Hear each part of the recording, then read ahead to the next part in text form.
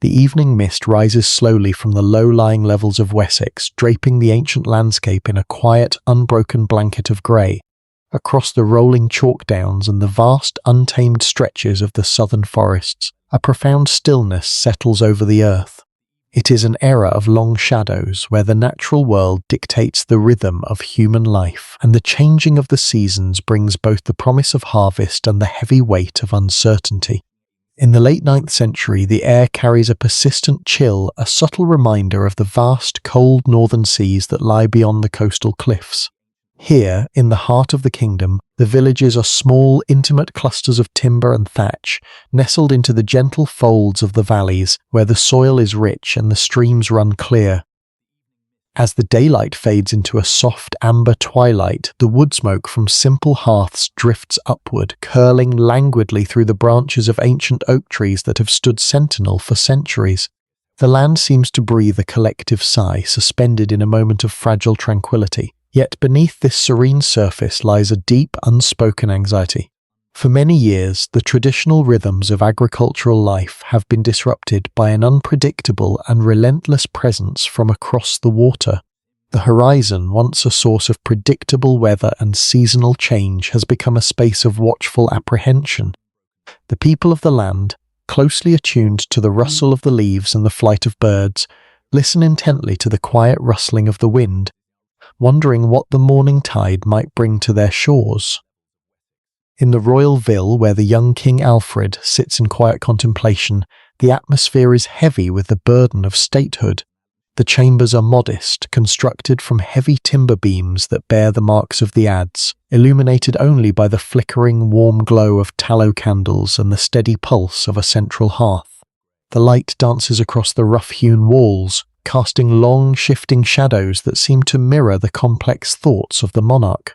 Alfred, a man of delicate health but immense intellectual depth, watches the embers slowly turn from bright orange to a muted, powdery grey. He is acutely aware that the old ways of defending the realm, the sudden gathering of the local militia, the frantic marches across muddy tracks, the reliance on single, decisive clashes are no longer sufficient to preserve the fabric of his society. The challenge facing Wessex is not merely one of physical incursions, but of a slow, corrosive erosion of culture, learning, and communal stability. The constant threat has left fields untended, monasteries neglected, and the steady transmission of knowledge fractured. The king listens to the distant, rhythmic hoot of an owl echoing through the damp night air, understanding that true security cannot be achieved through aggressive counter-assertions or short-lived victories on the field. It requires a fundamental reimagining of the landscape itself, a transformation of the very earth beneath his feet into a silent, enduring shield.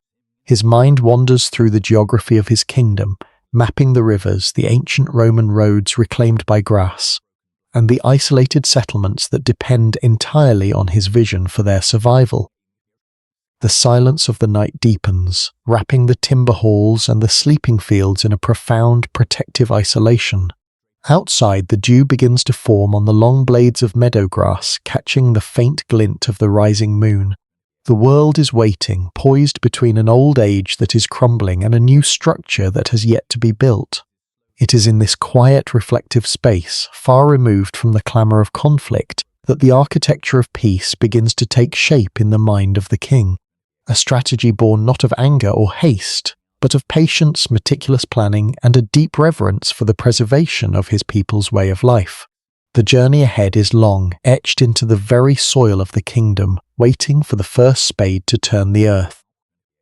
The midnight air within the royal chambers remains perfectly still, carrying only the faint, sweet scent of burning beeswax and the earthy dampness of the surrounding forests. King Alfred sits motionless at his heavy oak writing desk, his long fingers resting lightly on the edge of a blank piece of vellum.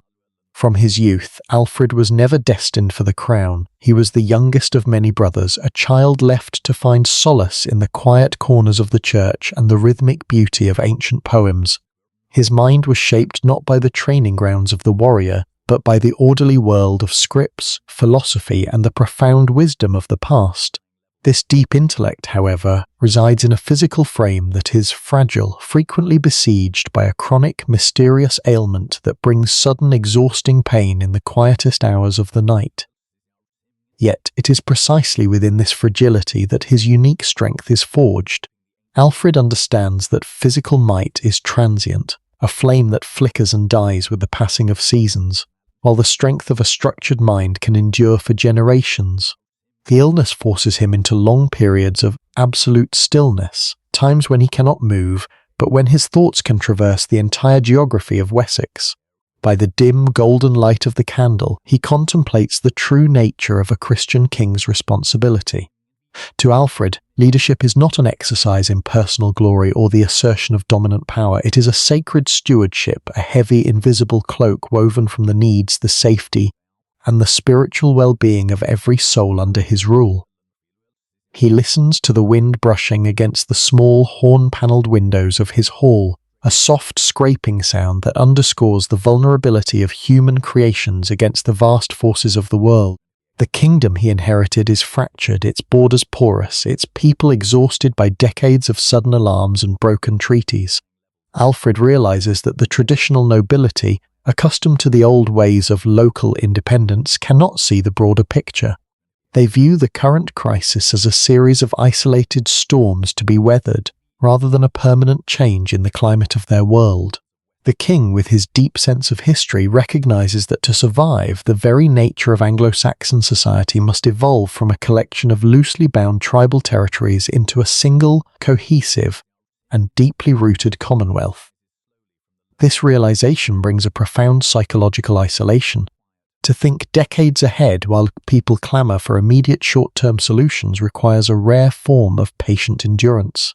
Alfred looks at his hands, pale in the candlelight, and reflects on the ancient text he loves, the stories of wise rulers who built fortifications, established laws, and prioritized the education of their people over the expansion of their borders.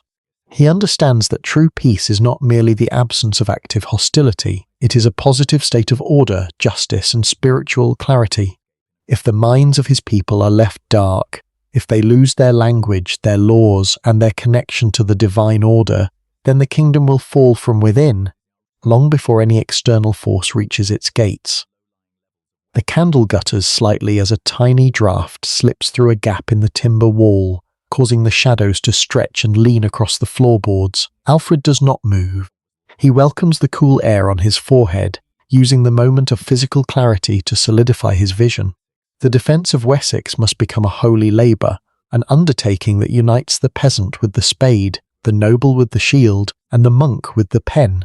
Every element of the kingdom must be integrated into a single, beautifully balanced machine of defensive preservation. As the first faint lines of dawn begin to lighten the eastern sky, turning the dark window panes into squares of pale translucent grey, the young king closes his eyes, his mind finally at rest, having accepted the immense, quiet burden of the work that lies ahead. The morning sun rises behind a thick shroud of low grey clouds, casting a pale, impartial light over the valleys of eastern Wessex. Here, the consequences of years of unpredictable incursions are etched deeply into the landscape itself. In these borderlands, one encounters villages that have been rendered completely silent, where the usual morning sounds of crowing roosters, barking dogs, and the rhythmic clanging of the blacksmith's hammer have vanished entirely. The narrow paths between the timber cottages are overgrown with weeds, and the small garden plots, once filled with leeks, cabbages, and sweet herbs, are slowly being reclaimed by nettles and briars. The thatched roofs of abandoned barns have begun to sag under the weight of winter moisture, their rotting straw falling in damp clumps onto the earthen floors below. Walking through these quiet spaces, the sensory details of a society in suspension become overwhelming. The air smells of damp earth, decaying wood, and the faint sweet scent of wild apple trees left unpruned, their fruit dropping silently into the long grass to rot. In the fields that line the riverbanks, the furrows dug by the heavy wooden ploughs in seasons past are still visible, but they are now covered in a dense carpet of wild rye and thistle. The oxen have been driven away or hidden in the deep forests, and the wooden ploughs themselves sit abandoned at the edges of the woods, their iron shares gathering a thick layer of red rust. It is a landscape of profound agricultural grief, where the earth provides no bounty because no hand dares to sow the seed. The psychological toll of this continuous unrest on the remaining population is a heavy, invisible weight. In the small, scattered settlements that still cling to the hillsides, the people move with a quiet, watchful hesitation.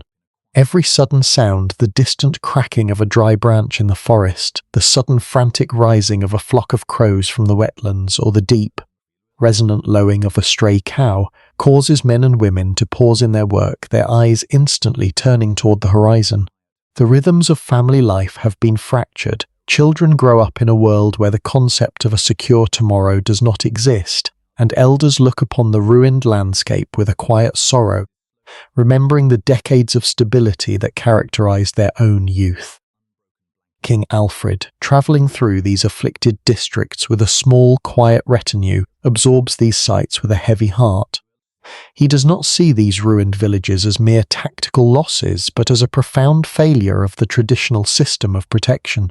The old methods required the local folk to abandon their homes and flee into the deep woods at the first sign of danger, leaving their property, their livestock, and their ancestors' graves to the mercy of the elements and the whims of passing raiders. This cycle of flight and return, of destruction and hasty rebuilding, is what is truly destroying Wessex. It prevents the accumulation of wealth, the maintenance of churches, and the steady peaceful education of the young. As the afternoon light softens into a cool, muted twilight, the royal pauses on a high ridge overlooking a wide, winding river valley. Below them, the water flows silently toward the sea, its surface reflecting the dull grey of the sky. Alfred looks out over the vast expanse of his kingdom, his determination hardening in the quiet dusk. The defence of this realm cannot rely on a strategy of reaction. It must be built upon a foundation of permanent, unyielding presence. The people must have places of safety that do not have to be abandoned, strongholds where their families, their grain, and their culture can be preserved through the darkest of times. The channel is a storytelling platform created for entertainment, inspiration, education, and the promotion of relaxation and peaceful sleep. Deep within the western reaches of the kingdom, where the borders of Somerset blur into a vast, uncharted wilderness of water and earth, lies the isolated island of Athelney. It is a place defined entirely by its seclusion, a tiny island of firm ground rising barely above the surrounding expanse of the Somerset levels. Here the air is thick with the heavy primeval scent of damp peat, decaying vegetation, and the cold, stagnant water of the infinite fens. A perpetual curtain of low white mist clings to the surface of the marshes, moving with an almost imperceptible slowness through the dense thickets of willow and alder. The sounds here are soft, muted by the moisture-laden atmosphere, the rhythmic, low sighing of the wind through endless beds of tall brown reeds and the occasional, lonely cry of a heron rising from a hidden pool. It was to this watery sanctuary that King Alfred retreated during the darkest winter of his reign, stripped of his grand halls, his royal court, and the visible trappings of his authority. In this profound isolation, the king's daily life was reduced to the barest essentials of survival. His shelter was a simple, low-built hut constructed of woven hazel hurdles and insulated with thick layers of river mud and dried moss. Inside, the only light came from a modest hearth fire that struggled against the dampness, its pale blue smoke curling upward to escape through a small hole in the thatched roof. In the long, silent evenings, as the rain pattered softly against the earthen walls, Alfred found himself completely removed from the frantic pace of worldly governance, immersed instead in the ancient, unhurried rhythms of the natural world. This period of forced retreat became a crucible for a complete reassessment of traditional Anglo-Saxon warfare. Surrounded by a landscape that could not be easily traversed, let alone conquered, Alfred began to see the strategic value of the static and the unyielding. In the past, his armies had mirrored the fluid, mobile tactics of their adversaries, chasing shadows across the vast downs only to arrive too late, their strength depleted by long marches through heavy mud. Here, in the stillness of Athelney, watching how the deep waters and the thick mires naturally halted the progress of any intruder, A new philosophy of defense began to crystallize in his mind. Security would not be found in the swiftness of the horse or the agility of the foot soldier, but in the permanent, immovable strength of the fortress. The geography of the marsh taught the king the power of containment. An enemy, no matter how fierce, is rendered powerless when it cannot move freely, when every path it attempts to take is blocked by an insurmountable barrier. Alfred spent hours tracing lines in the ashes of his hearth fire, mapping out a theoretical network of permanent strongholds across the length and breadth of Wessex. These fortified positions would not merely be shelters for the military elite. They would be large, securely enclosed spaces capable of protecting entire local populations, their grain reserves, and their livestock. By anchoring the population to specific, highly defensible points, he would effectively strip any invading force of its primary advantage, the ability to terrorize an open, unprotected countryside. As the deep winter night settled over Athelney, the stars would occasionally break through the heavy clouds, casting a cold, silver light across the mirror-like surface of the surrounding waters.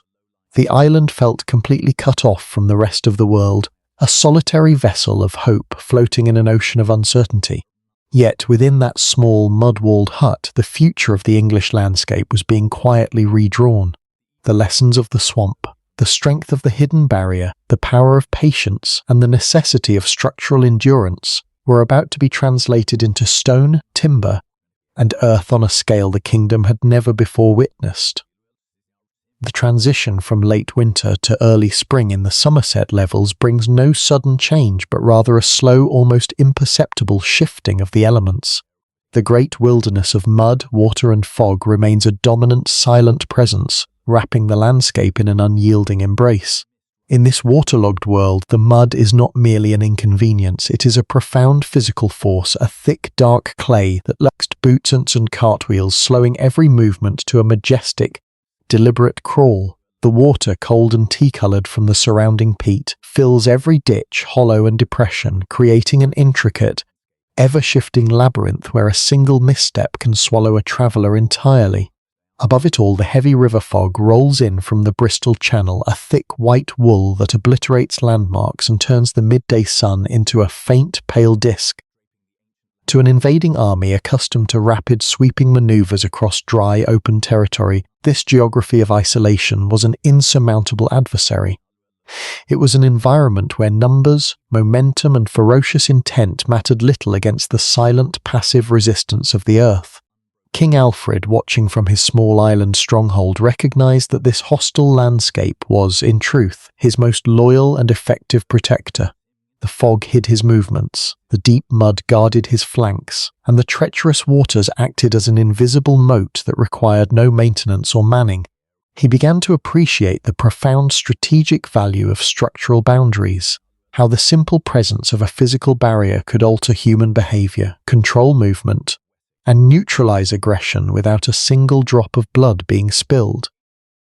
This deep meditation on the natural defences of the marshlands profoundly altered Alfred's understanding of boundaries and structures. In the older Anglo-Saxon tradition, boundaries were often conceptual or fluid, marked by an ancient tree, a standing stone, or a shallow stream that could be easily crossed. Alfred realized that in an age of constant external pressure, such abstract divisions were obsolete. The kingdom needed borders that possessed the physical reality of the Somerset fens, structures that were unambiguous, permanent, and inherently difficult to penetrate. He began to envision a new landscape for Wessex, one where human engineering would replicate the protective isolation of Athelney across the entire realm, creating artificial islands of security amidst an unpredictable world. His thoughts turned frequently to the remnants of ancient Roman engineering that dotted the southern landscape of Britain. In his youth, he had seen the massive crumbling stone walls of old cities like Winchester and London, structures that had withstood centuries of weather and neglect. The Romans had understood the geometry of containment. They built straight, solid lines that clearly defined the space within from the chaos without. Alfred sought to combine this Roman precision with the natural defensive principles he had observed in the marshlands.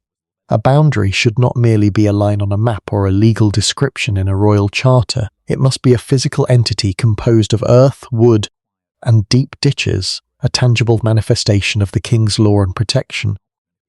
As the evening light begins to fade, casting long dark shadows across the grey expanse of the water, the fog thickens once more, swallowing the reeds and the willow trees in a silent, methodical progression. The world becomes small, intimate, and perfectly quiet. In this stillness, the philosophical blueprint for the defence of the kingdom is finalised.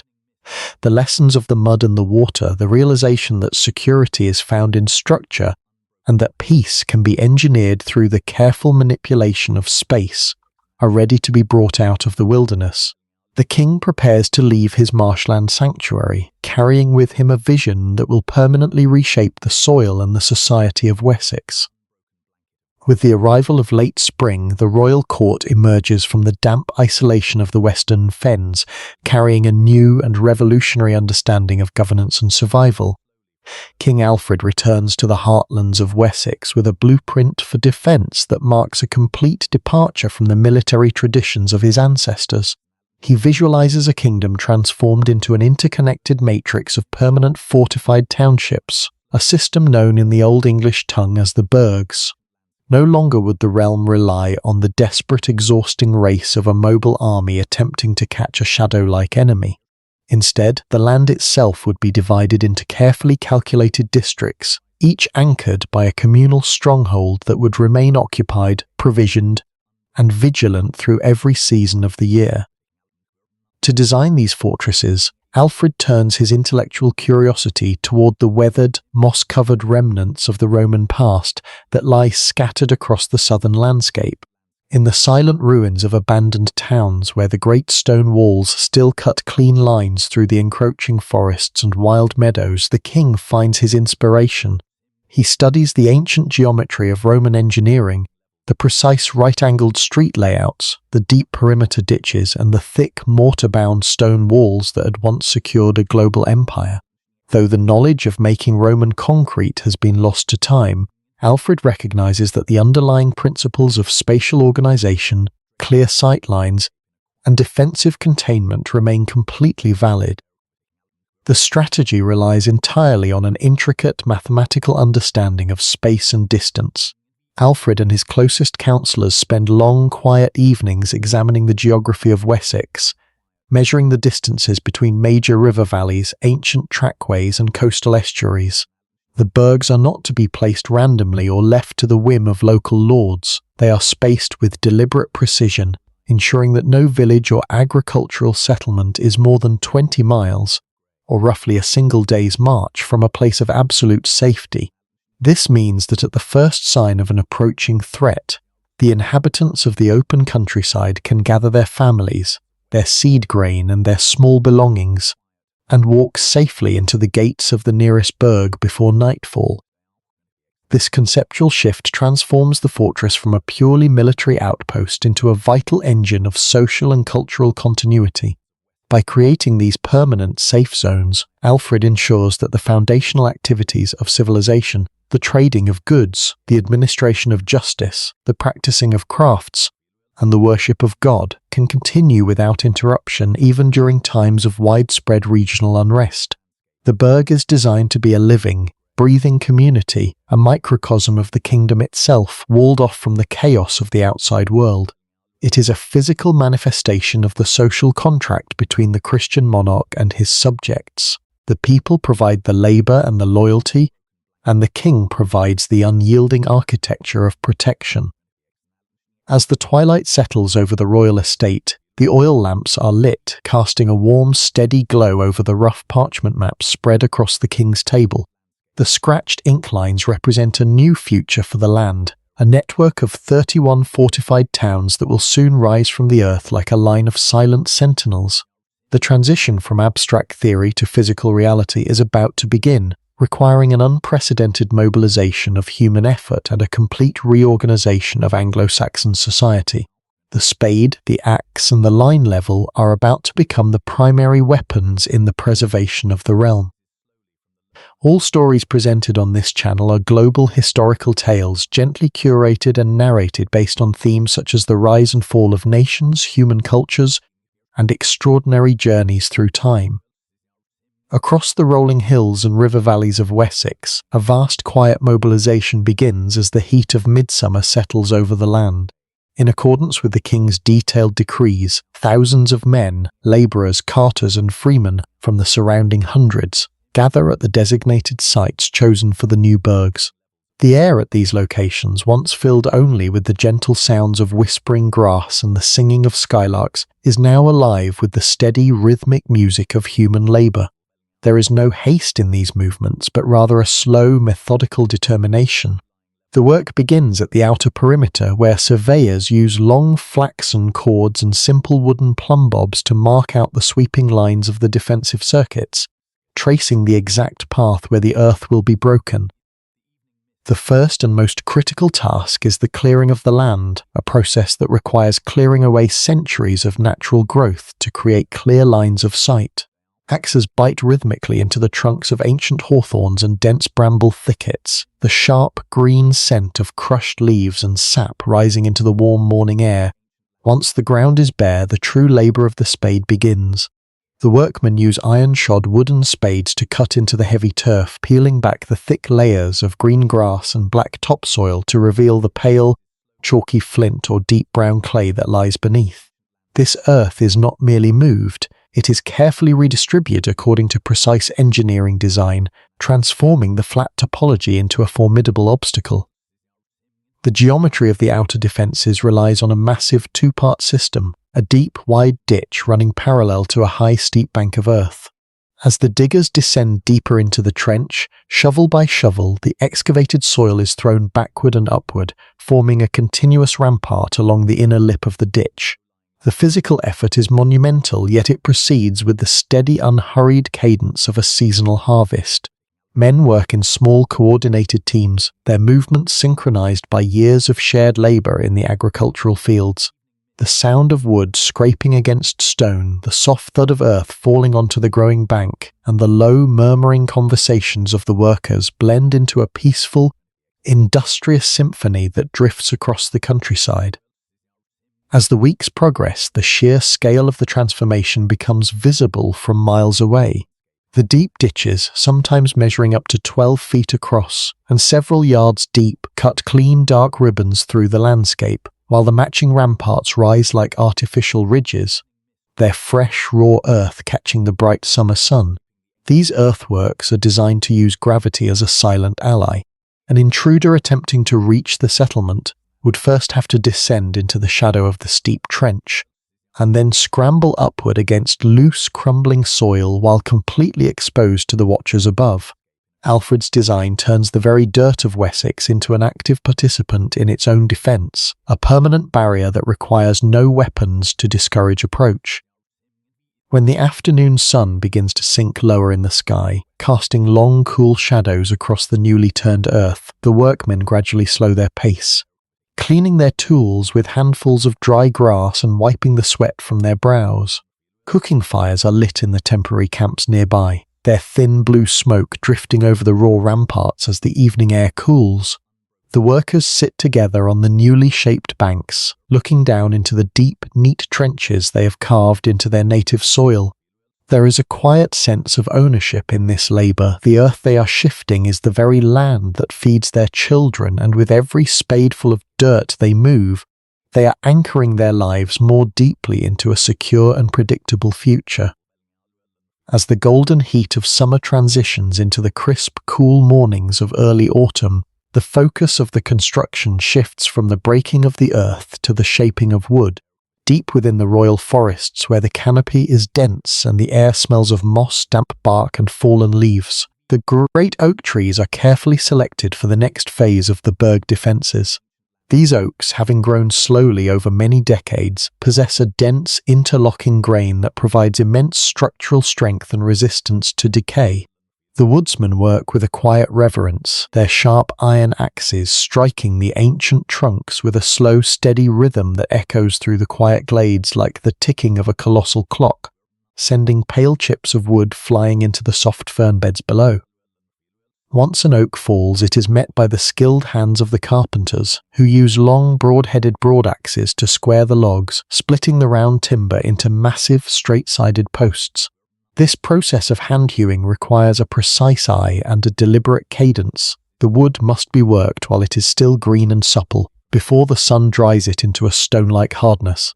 The scent of fresh oak chips, sharp and bitter with natural tannins, fills the woodland air, blending with the smell of wood smoke from the campfires where the workers dry their clothes. Each timber is carefully measured, notched at the base for stability, and cleared of bark to prevent insects from finding a home beneath the surface. The finished timbers are then loaded onto heavy wooden wains, their axles groaning under the immense weight as teams of patient, slow-moving oxen drag them along the grass-grown tracks toward the rising fortresses. At the burg sites, the posts are raised one by one along the crest of the earthen ramparts. Men use thick ropes woven from hemp or lime bast, their muscles straining in unison as they pull the heavy logs upright into deep pre-dug trenches. The posts are set tightly against one another, side by side, with no gaps between them, forming a continuous, formidable wall of solid oak, a palisade that slices cleanly through the low morning mist that rolls off the meadows. The engineering of these wooden walls is a study in functional elegance. To ensure the palisade can withstand both the pressure of the earth behind it and the element of weathering, the posts are bound together at the top and centre by long horizontal beams, known as stringers, secured with thick wooden pegs driven into hand-bored holes. At regular intervals along the wall, internal timber platforms are constructed, allowing sentries to walk safely behind the protection of the wooden screen, their eyes level with the tops of the posts. This woodcraft creates a clean architectural line that completely transforms the horizon, replacing the soft organic curves of the natural hill with a sharp disciplined crest of silver-grey timber. As the dusk descends, wrapping the woodland and the fortifications in a gentle purple twilight, the sound of the axes and hammers finally fades into the whisper of the evening wind. The new palisade stands firm, its vertical timbers casting long dark bars of shadow across the freshly packed earth of the ramparts. The wood, harvested from the deep heart of the country, has been repositioned to protect the very soil that nourished it. In the gathering dark, the heavy oak wall appears as a natural extension of the landscape itself, a silent, enduring testament to the collective will of a kingdom that has learned to build its security from the very raw materials of its own land. With the outer earthen ramparts raised and the heavy oak palisades secured against the elements, the focus of King Alfred's vision shifts inside the protective perimeter. Here, within the newly enclosed spaces of the burgs, a quiet revolution in spatial engineering takes place. The interior ground is not left to develop organically or lay out randomly. Instead, royal surveyors stretch long, waxed flaxen lines from gate to gate, imposing a meticulous, geometric order onto the bare earth. They establish a standard grid system, carving out wide, straight streets that intersect at precise right angles. This orderly design, heavily inspired by the classic Roman towns that Alfred studied so intensely, is deliberately calculated to foster stability, efficiency, and a profound sense of communal equity. The primary artery of the burg is the wide market street, a spacious thoroughfare designed to accommodate the heavy, slow-moving carts of merchants and local farmers. Branching off from this central axis are narrower residential and crafting lanes, each meticulously measured to ensure that every plot of land known as a burg-age tenement has direct access to the public street. The soil of these new roads is packed down firmly, layered with river gravel and small flints harvested from the surrounding fields to prevent the autumn rains from turning the avenues into impassable mires.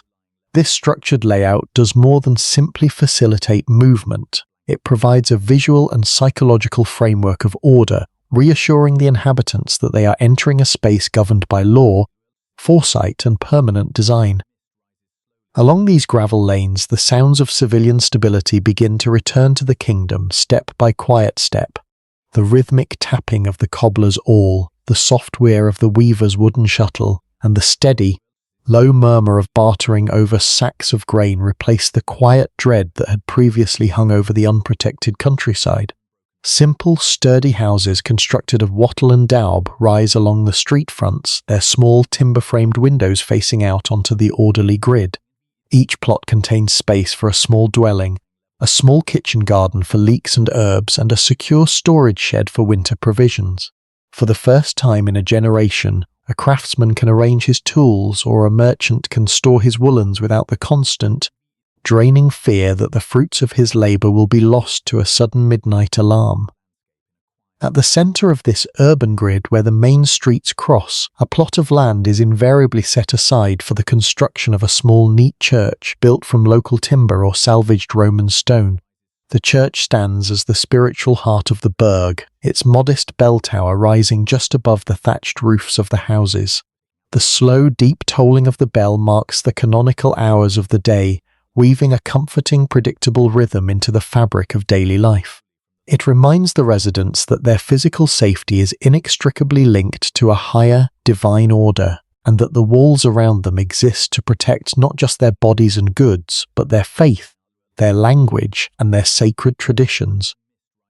As the late afternoon light hits the straight gravel streets, casting long geometric shadows between the timber houses, the burg displays an unmistakable air of calm, industrious purpose. Children play safely in the narrow lanes, their laughter drifting over the oak palisades into the quiet meadows beyond. The creation of the grid has successfully transformed an empty hilltop into a sanctuary of predictable human life. In this quiet, ordered space, the defensive strategy of the king achieves its truest purpose. It does not merely keep the external world out, but it allows the delicate, beautiful structures of a peaceful civilian society to take root and flourish within. High above the river valleys, perched upon the most prominent crests of the chalk downs, a parallel network of observation takes shape under the expansive sky of Wessex. These isolated hilltops, where the grass is kept short by the constant buffeting of the southern winds, are selected by the king's engineers to serve as the vital eyes of the burg system. At each summit, a massive beacon pyre is constructed with slow, deliberate precision. The foundations are formed from heavy green ash logs laid in a square grid, upon which layers of dry silver birch, resinous pine branches, and bundles of tinder-dry gorse are meticulously stacked. This timber is not arranged haphazardly. It is built to allow the maximum flow of air through the centre, ensuring that when the moment comes, a thick column of dark smoke can rise instantly into the sky. The maintenance of these high stations requires a rare kind of patient devotion. Small teams of sentries, chosen from the local landholders, live in low turf huts built into the sides of the hills, shielded from the biting winds that sweep across the high downs. Their life is defined by a quiet, unceasing vigilance. Throughout the long days, they sit quietly on the banks of earth, their eyes scanning the distant, hazy line where the green of the hills meets the pale blue of the southern sea.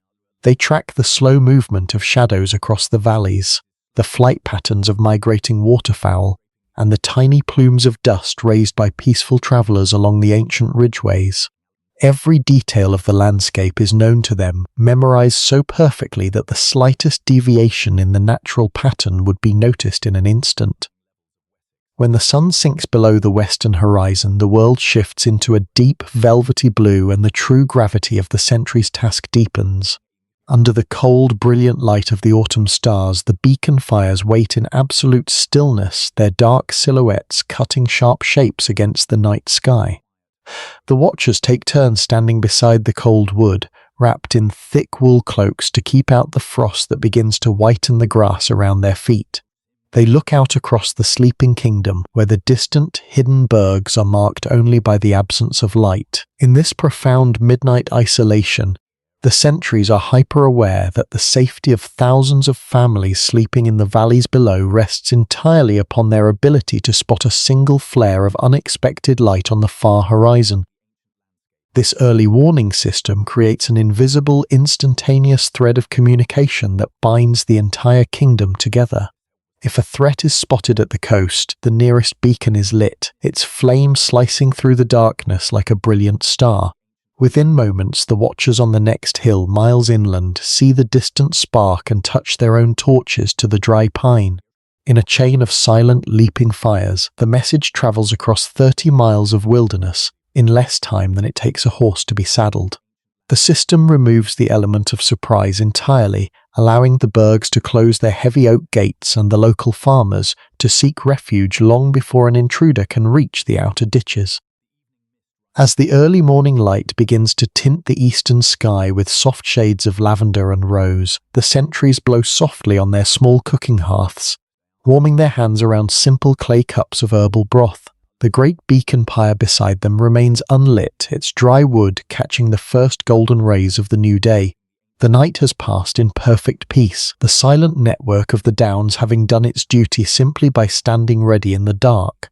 For those who value these peaceful journeys through the quiet hidden corners of our shared past, taking a moment to softly like, subscribe, and share this narrative helps ensure that these stories of ancient wisdom and preservation continue to be told for many nights to come.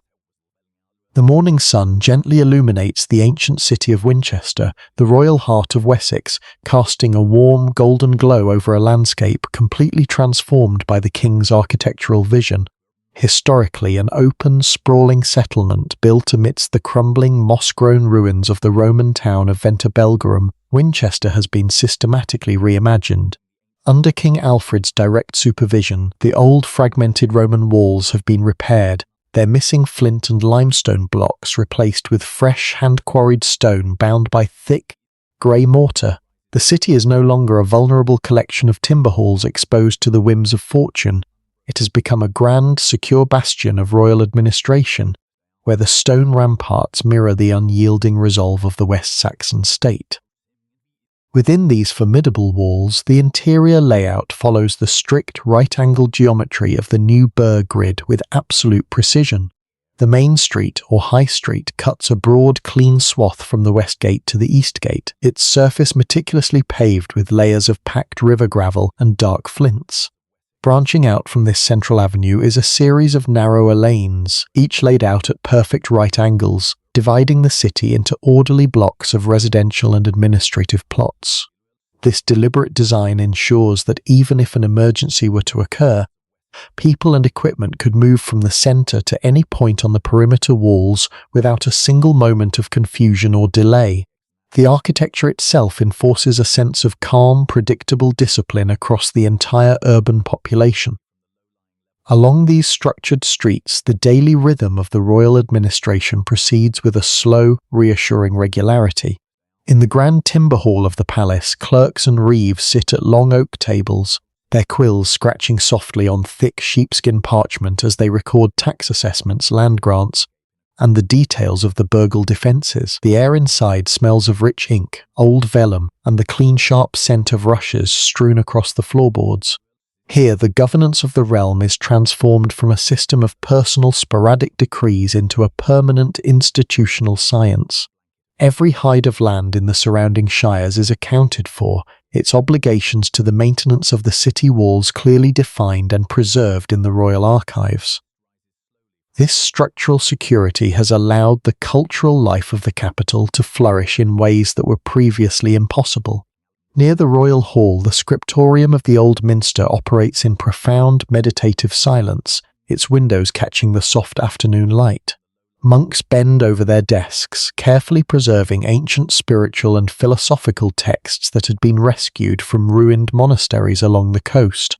The steady, predictable atmosphere within the walls provides these scholars with the absolute peace required for their meticulous labours. The city has become a sanctuary for the mind, where the preservation of knowledge is treated with the same strategic importance as the maintenance of the iron-tipped palisades. As the evening light softens into a cool violet twilight, the great iron-hinged oak gates of Winchester are slowly swung shut by the city guards, their heavy wooden crossbars dropping into place with a deep, resonant thud. The city settles into a quiet, protected slumber, the glowing hearths of hundreds of families reflecting softly against the straight gravel lanes. The capital stands as a magnificent, living proof of Alfred's grand strategy, a place where the physical restoration of ancient walls has provided the necessary foundation for the rebirth of law, literacy, and a unified national identity. The slow, winding rivers of Wessex, the Exe, the Avon, and the gentle, reedy waters of the Thames have long served as the quiet highways of the southern landscape. For generations, these waterways flowed through deep, silent forests and fertile meadows, carrying nothing more than the small wooden skiffs of local fishermen and the occasional heavy barge laden with salt or wool. However, the unique geography of these rivers, with their deep channels and lack of natural obstructions, also rendered the interior of the kingdom deeply vulnerable. To address this, King Alfred turns his defensive strategy toward the water, transforming these liquid paths into formidable, engineered barriers designed to halt any unauthorized movement long before it can reach the heart of the realm. The primary mechanism of this riverine defense is the construction of fortified double bridges, a brilliant engineering feat that combines spatial control with architectural permanence. At strategic narrow points along the river courses, usually where a major overland trackway intersects the water, royal builders erect two substantial timber forts, one on each bank. Between these twin strongholds, a low-slung, heavily braced wooden bridge is constructed across the current. The pilings of these bridges are formed from massive oak trunks, driven deep into the muddy riverbed by heavy, repetitive strokes of a floating pile driver. These structures do more than simply facilitate the movement of royal troops across the shires. They act as a physical gate across the water, their low clearance making it completely impossible for any masted vessel to slip silently inland. To complement these bridges, the riverbeds themselves are systematically altered in the quiet reaches below the fortifications. In the soft light of early morning, teams of labourers work from flat-bottom punts, dropping heavy, jagged boulders and criss-crossed networks of sharpened oak stakes into the deep channels. These underwater obstructions, completely hidden beneath the opaque, peat-stained surface of the water, are meticulously positioned to snare the hulls of any vessel attempting to navigate the river without a local pilot. The water flows over these hidden barriers with a soft, deceptive gurgle, its surface remaining perfectly smooth and undisturbed, while underneath lies a silent, sharp matrix capable of halting any advance in its tracks. The presence of these river defences completely changes the psychological landscape of the waterways. The rivers are no longer open, unpredictable corridors of anxiety. They have been brought under the direct discipline of the Crown. At the twin bridge forts, small garrisons of local men keep watch from the timber towers, their eyes following the gentle flow of the water as it mirrors the shifting clouds above. They monitor the slow approach of authorized trading boats, checking their manifests and collecting modest tolls that help maintain the upkeep of the structures. The atmosphere around these river stations is one of quiet, administrative calm, a stark contrast to the lawless vulnerability of decades past. As the late autumn sun dips below the tree line, casting long, golden ribbons of light across the rippling water, the shadows of the double bridges stretch far down the river course. A profound quiet settles over the fens and the woodlands, broken only by the gentle splashing of a rising trout or the rustling of a water vole among the reeds. The river, harnessed by the careful foresight of the king, moves peacefully toward the sea, its waters safely locked behind barriers of oak and stone. The watery gates of Wessex stand firm in the gathering dusk, serving as silent, unyielding guardians of the peaceful valleys that lie securely upstream. The crisp air of late autumn carries the sharp, clean scent of frost and fallen birch leaves across the open fields of Wiltshire. In the past, this season was often marked by a deep underlying tension as the traditional military levy, the Fyrd, required the sudden, chaotic mobilization of every able-bodied farmer just as the fields demanded their utmost attention. This old system created a devastating dilemma. If the men went to defend the borders, the crops were left to rot in the earth. If they stayed to harvest the rye, the kingdom was left exposed. Recognizing the inherent instability of this seasonal panic, King Alfred institutes a profound social reorganization, transforming the militia into a beautifully balanced, rotating system of civic duty. Under this new decree, the defensive forces of Wessex are systematically divided into two equal and complementary parts. While one half of the men leave their villages to garrison the new burghs and patrol the ancient ridgeways, the other half remain at home, completely undisturbed, to tend to the essential rhythms of the agricultural year. This division is not permanent. At regular, calculated intervals, the two groups exchange roles with a quiet, practiced efficiency. The man who spent the previous month walking the chilly timber ramparts of a fortress returns to his family to take up the wooden plough, while his neighbour cleans his iron spearhead, packs a small leather sack with dried peas and salt pork, and sets off along the gravel road to take his place on the walls. This rotating system introduces a profound sense of predictability and calm into the daily lives of the peasantry. In the small, thatched hamlets, the work of the earth proceeds with its ancient, unhurried cadence. In the pale morning light, teams of oxen move slowly across the open fields, their breath forming small clouds of white vapour in the cold air as they pull the heavy ploughs through the dark, rich loam. The farmers work with a renewed peace of mind, knowing that the horizon is being watched by their own kinsmen, and that they will not be suddenly torn from their fields by a frantic royal summons. The landscape shifts from a state of constant, fragile vulnerability to one of steady, sustainable endurance. At the burghs, the incoming half of the militia adapts quickly to the structured discipline of garrison life. These are not professional soldiers, but freemen who view this service as a direct investment in the safety of their own homesteads. Their days are filled with the unglamorous but vital tasks of maintenance, repairing sections of the turf ramparts, sharpening the tips of wooden stakes, and ensuring the grain stores remain dry and free from dampness. The atmosphere inside the fortifications is one of quiet, industrious calm. In the evenings, these men gather around the communal hearths, sharing stories of their crops, their cattle, and their families, their presence providing a solid, reassuring shield that allows the rest of the kingdom to sleep in absolute peace. As the twilight deepens, casting a cool indigo shadow over the vast West Saxon landscape, the synchronized nature of this social machine becomes beautifully apparent. Across the shires, the light of thousands of domestic hearths flickers safely behind the protection of the walls, while out on the borders, the lanterns of the rotating guard glint softly along the dark palisades. The king's vision has effectively harmonized the demands of the soil with the necessities of the shield. By restructuring the society itself, Alfred has ensured that the kingdom can defend itself indefinitely, converting a chaotic emergency measure into a permanent, peaceful rhythm that sustains both the life of the land and the security of the realm. The deep silence of a midwinter night settles over the royal scriptorium, where the only movement is the slow, gentle dancing of candle flames against the dark timber walls. King Alfred sits quietly at the head of a long oak table, surrounded by stacks of ancient heavy law books gathered from the kingdoms of Kent, Mercia, and the domains of his own West Saxon ancestors. He is engaged in a labour that he considers just as vital to the survival of his realm as the digging of the massive perimeter ditches, the compilation and refinement of a single unified law code. For Alfred, a society cannot be truly defended by walls of wood and earth alone. It must be anchored internally by an unyielding framework of justice, truth, and moral clarity. Beside the king, senior scribes and learned scholars work in a state of quiet, meditative concentration. The only sound in the warm chamber is the soft, rhythmic scratching of their goosequill pens on the textured surface of thick sheepskin parchment. Each letter is formed with deliberate care, written in a beautiful, clear insular script that transforms the spoken words of justice into a permanent visual record.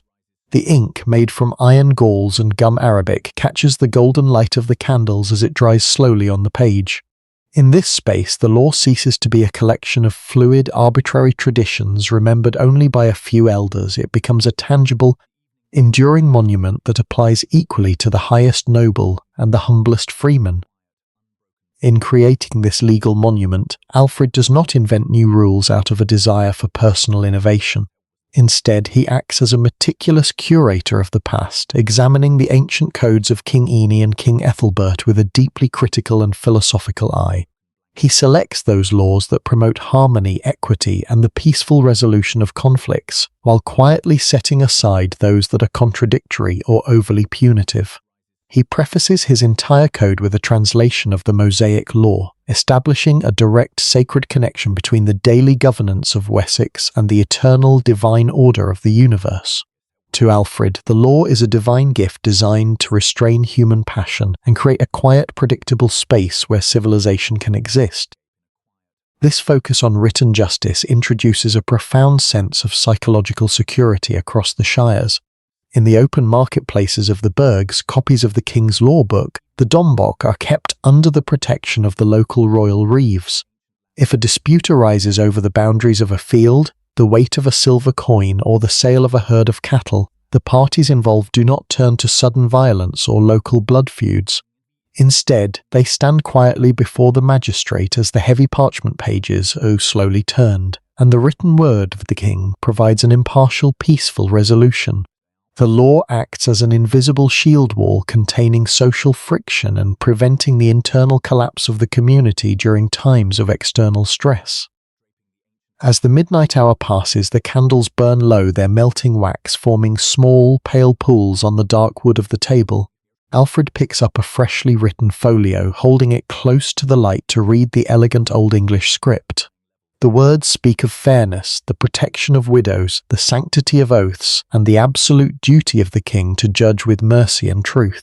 He smiles softly, recognizing that through these quiet ink lines he is constructing a fortress for his people's minds that no physical force can ever dismantle. The scriptorium remains wrapped in a comforting, scholarly warmth, a silent engine of wisdom forging the true spiritual core of a resilient and unified nation. Within the stone-walled sanctuaries of the oldest minsters, far removed from the busy lanes of the marketplace, the monastic scriptoria operate in a state of profound, meditative stillness. The air inside these writing rooms is cool and dry, carrying the distinctive, comforting sense of aged leather, dried herbs, powdered mineral pigments, and the sweet warmth of pure beeswax.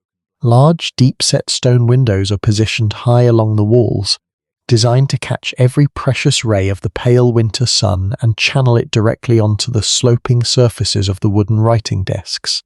In this quiet environment, time seems to lose its hurried worldly momentum, shifting instead into a slow, majestic cadence dictated entirely by the steady movement of the light across the flagstone floors.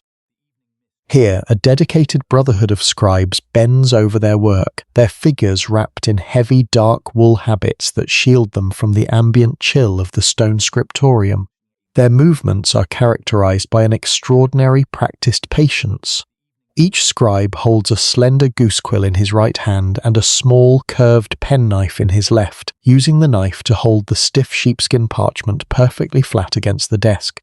The only sound within the vast space is the soft, rhythmic sighing of the quills crossing the page, accompanied by the occasional, gentle rustle of a heavy vellum leaf being turned. There is no conversation, no hasty motion. Every stroke of the pen is treated as an act of silent devotion, an unhurried contribution to the intellectual defense of the realm. The primary task facing these scriptoria is the preservation of a cultural heritage that has been brought to the brink of extinction by decades of neglect and destruction. Across Britain, ancient libraries had been turned to ash, leaving only a few precious, smoke-stained volumes scattered among isolated churches. Alfred's strategy treats these surviving texts with the same urgency as provisions in a besieged fortress.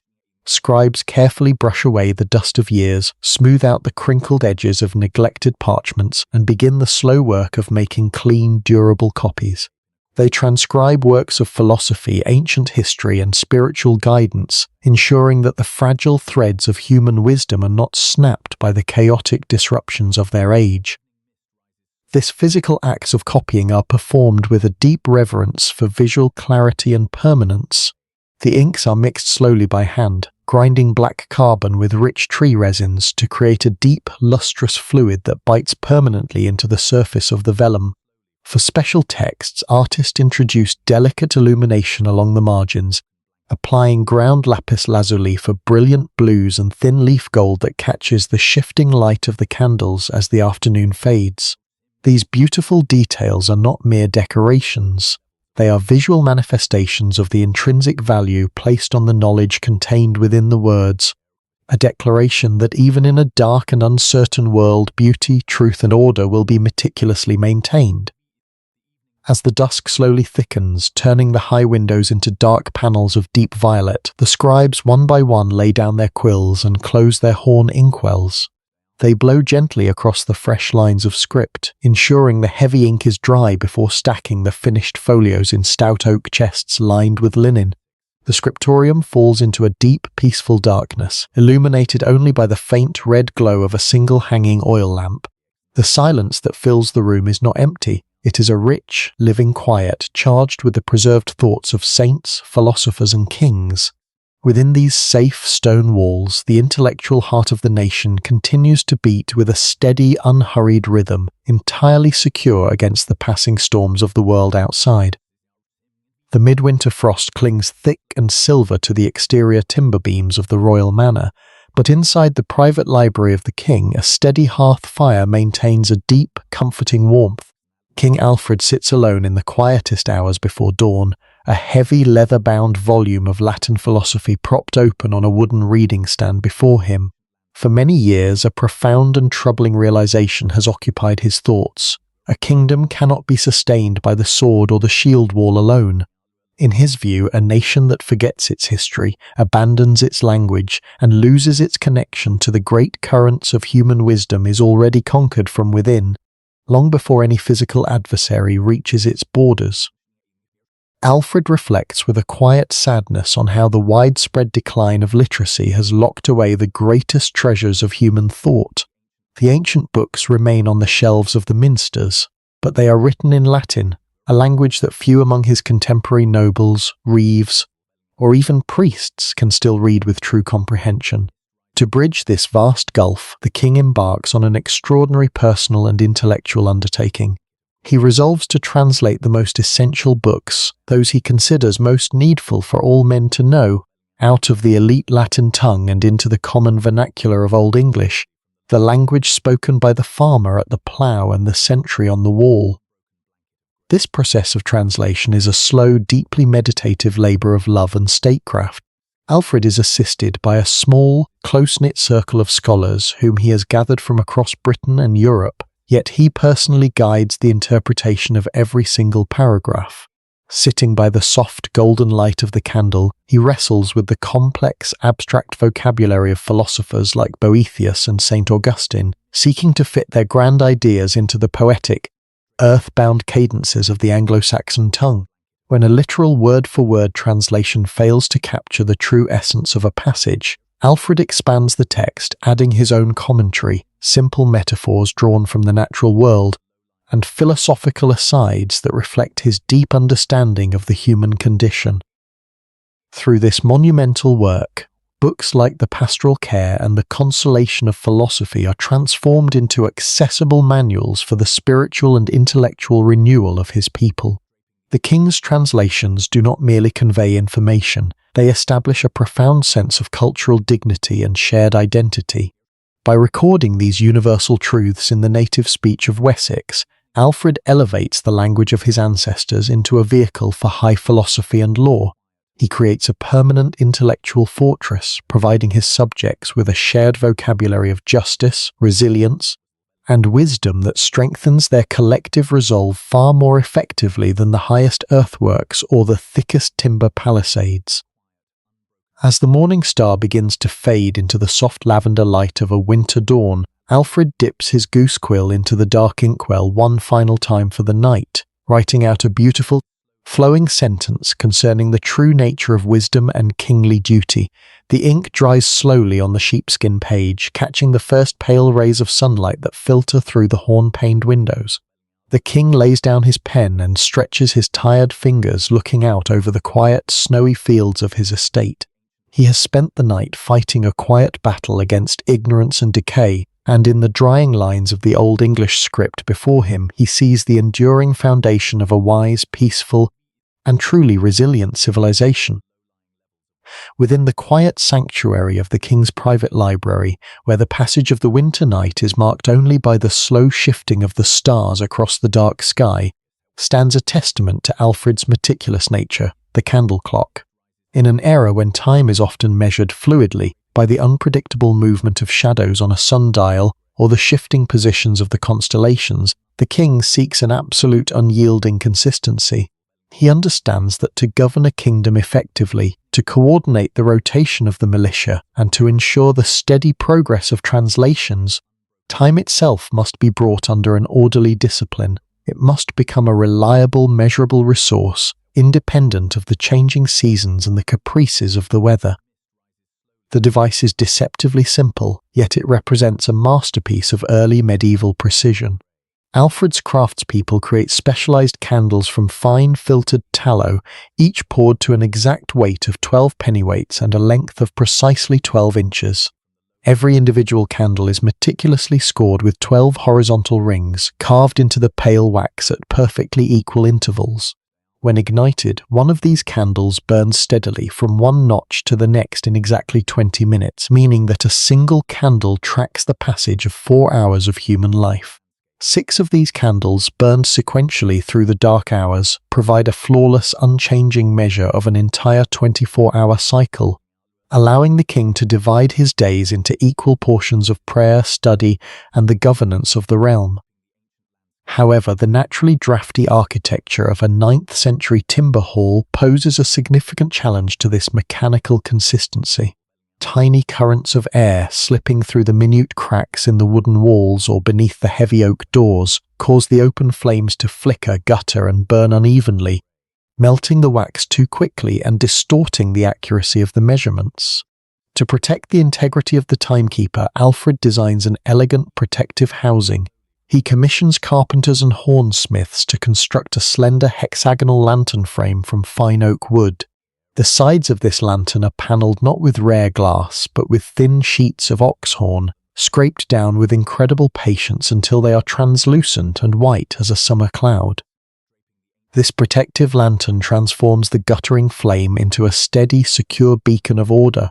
The translucent horn panels effectively shield the burning candle from the erratic drafts of the chamber, while allowing a soft, beautifully diffused golden light to radiate outward, illuminating the scored rings on the wax with absolute clarity.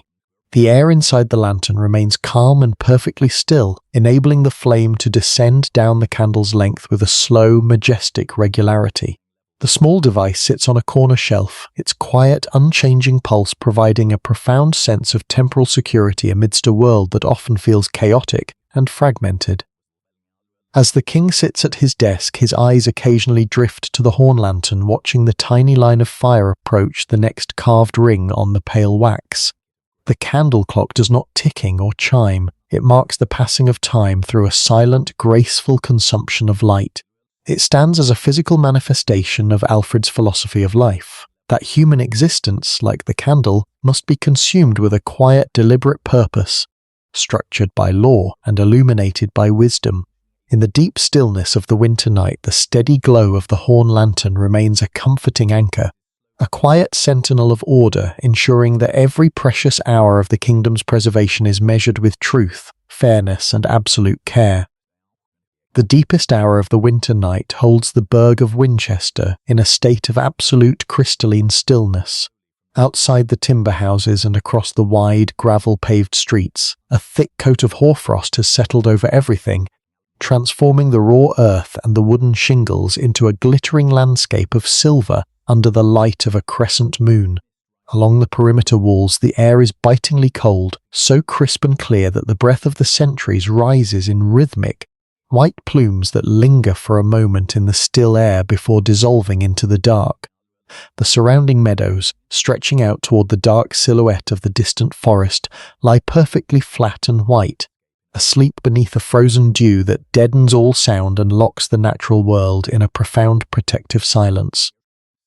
High upon the internal timber walkway of the oak palisade, a lone sentry stands perfectly still, his mittened hands resting lightly on the cold, weathered wood of a structural horizontal beam.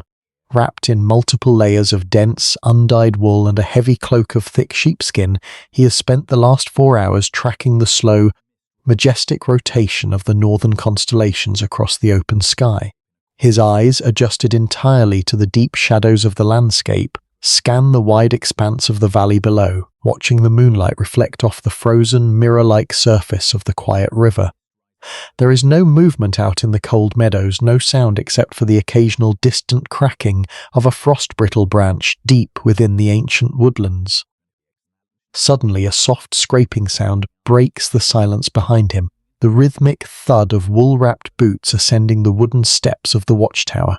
It is the midnight relief, moving with a quiet, practiced discipline designed to avoid disturbing the sleeping town below. The incoming guard steps onto the timber walkway, his movements unhurried, carrying a small horn lantern that emits a faint, secure golden glow through its scraped ox-horn panels. The two men meet in the shadows of the watchpost, their greeting reduced to a low, murmuring whisper that barely carries over the parapet. They exchange a few brief words regarding the state of the river, the behavior of the wind, and the position of the stars, transferring the responsibility of the kingdom's safety from one pair of eyes to the next. This quiet rotation is the physical manifestation of King Alfred's reimagined militia, a social machine that operates with the steady reliability of a monastery clock. There is no panic, no frantic shouting, no sense of immediate alarm. The changing of the guard proceeds with a calm, administrative regularity that has completely replaced the chaotic, seasonal mobilizations of the past. The outgoing sentry delivers his post in perfect order, steps down the icy ladder, and begins the short, peaceful walk toward the warmth of the garrison barracks, looking forward to a deep sleep beside a dying hearth fire, knowing that his neighbor now stands in his place. The new watchman takes up his position against the oak posts, his eyes instantly adjusting to the vast silver-white horizon. He adjusts his cloak against a faint icy breeze that slips over the ramparts, feeling a profound sense of connection to the thousands of families sleeping securely in the dark timber cottages behind him. The walls beneath his feet are solid, the ditches below are deep, and the network of beacons on the surrounding downs stands vigilant and ready. In this absolute stillness, the defensive strategy of the king achieves its most beautiful expression, a state of permanent, quiet readiness that transforms the dark winter night from a time of vulnerability into a season of deep, undisturbed peace. The bitter cold of deep midwinter tightens its grip on the landscape of Wessex, locking the rolling downs and the deep river valleys in a state of suspended animation. The ground is frozen as hard as iron, making it completely impossible to turn the soil with a spade or cut fresh ditches into the earth. Out on the ancient trackways, the deep ruts left by autumn carts are preserved in solid ice, slowing all long-distance travel to a cautious, deliberate crawl. This severe weather acts as a natural enforcement of peace, a seasonal truce where the cold winds and heavy snows prevent any external movement across the kingdom's borders. Yet while the open countryside rests in absolute stillness, the interior spaces of the new burghs hum with a quiet, intense productivity. Behind the solid timber walls of the fortified settlements, the winter is treated not as a period of idle waiting but as a critical season of preparation. Within the smoky warmth of the smithies, the steady rhythmic ring of hammers striking red-hot iron echoes through the frosty air from dawn until dusk. Blacksmiths bend over their glowing charcoal forges, using the indoor months to repair agricultural tools and reinforce defensive equipment. They shape heavy iron shares for the spring ploughing, forge thousands of nails for future timber palisades, and carefully sharpen the edges of iron spears. The air inside is thick with the sharp smell of coal smoke, hot metal, and the sudden hiss of steam as completed ironwork is plunged into barrels of cold river water. A few lanes away, the large weaving halls present a different, softer rhythm. Here the long winter evenings are filled with the steady clacking of upright wooden looms and the gentle, repetitive whir of spinning wheels. Women and men work together by the warm light of tallow lamps, transforming mountains of raw, greasy sheep's wool into bolts of thick, wind-resistant cloth. This labour is essential to the sustainability of the king's defensive system. The rotating guards standing watch on the freezing ramparts require heavy cloaks, sturdy tunics, and wool wrappers to survive the long night shifts. The continuous production of these textiles ensures that the human element of the shield wall remains warm, resilient, and capable of enduring the harshest climates. Meanwhile, in the quiet scriptoria and the administrative centres of the royal estates, the work of the pen intensifies as the snow piles up against the shuttered windows. Scholars and clerks take advantage of the undisturbed winter months to advance King Alfred's educational campaign. By the steady golden light of horn lanterns, quills scratch softly across sheets of vellum as multiple copies of the new law codes and philosophical translations are meticulously produced. These manuscripts are carefully prepared to be dispatched to every corner of the realm once the spring thaws clear the roads. The intellectual labour proceeds with the same disciplined cadence as the blacksmith's hammer, forging the cultural weapons that will protect the minds of the people from decay. As the afternoon light rapidly fades into a deep indigo twilight, the various indoor crafts gradually wind down for the night. The fires in the smithies are banked with ash to preserve the embers, the loom shuttles are laid to rest on the soft woolens, and the scribes carefully wipe their metal inkwells clean. The inhabitants of the burg gather around their central hearths, their faces illuminated by the gentle dancing flames as they share simple meals of winter broth and rye bread. The bitter cold outside continues to howl through the bare branches of the oak forests, but inside the fortified sanctuary, the community feels entirely secure, their collective, quiet industry having turned the dead of winter into a rich season of renewal and strength. The early spring sun begins to soften the icy edges of the thatched eaves in Winchester, sending clear droplets of water down to the gravel pathways below. As the light grows longer and clearer, it floods through the high, wide arches of the royal palace, illuminating a newly established space that King Alfred considers paramount to the endurance of his realm, the palace court school. In these bright wood-scented chambers, a quiet but profound transformation is taking place. Here, gathered around long, smooth tables of light ash wood, are the sons of the high nobility alongside promising children of lesser freemen. They sit shoulder to shoulder in absolute stillness, their young faces serious and intent, as they embark on a journey that no generation of West Saxon leaders has ever known before. The atmosphere within the classroom is one of focused academic devotion, completely removed from the martial training grounds that traditionally dominated the youth of the Anglo-Saxon elite. The only sounds are the deep, measured voice of the master scholar, perhaps a learned monk brought from the mountains of Wales or the quiet scriptoria of Mercia, and the soft, rhythmic scraping of wax-covered wooden tablets. The students use slender bone styluses to practice the precise flowing lines of the insular script, etching their first letters into the dark wax before smoothing the surface flat with the blunt end of the tool to begin again. There is no rush, no academic anxiety. The learning proceeds with a slow, majestic cadence designed to imprint the foundational structures of language deeply into their developing minds.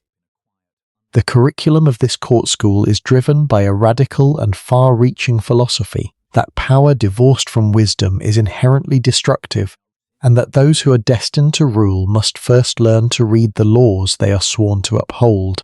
The young nobles do not spend their mornings practicing horse mastery or the swinging of the heavy broadsword. Instead, they bend over beautiful, clean folios of Old English prose. They read the ancient histories of their people, the profound verses of the Psalms, and the newly compiled legal codes of the king.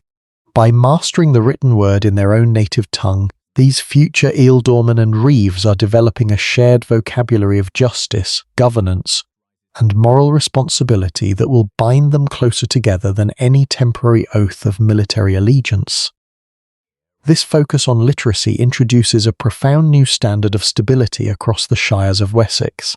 Alfred's decree states that any man who wishes to hold an office of public trust, whether managing a royal estate, collecting taxes, or judging a local dispute in a burg marketplace, must be able to read and comprehend the written word. If an elderly official finds his eyes too dim or his hand too stiff to master the script, he is required to appoint a literate son or kinsman to read the royal charters and law books aloud to him.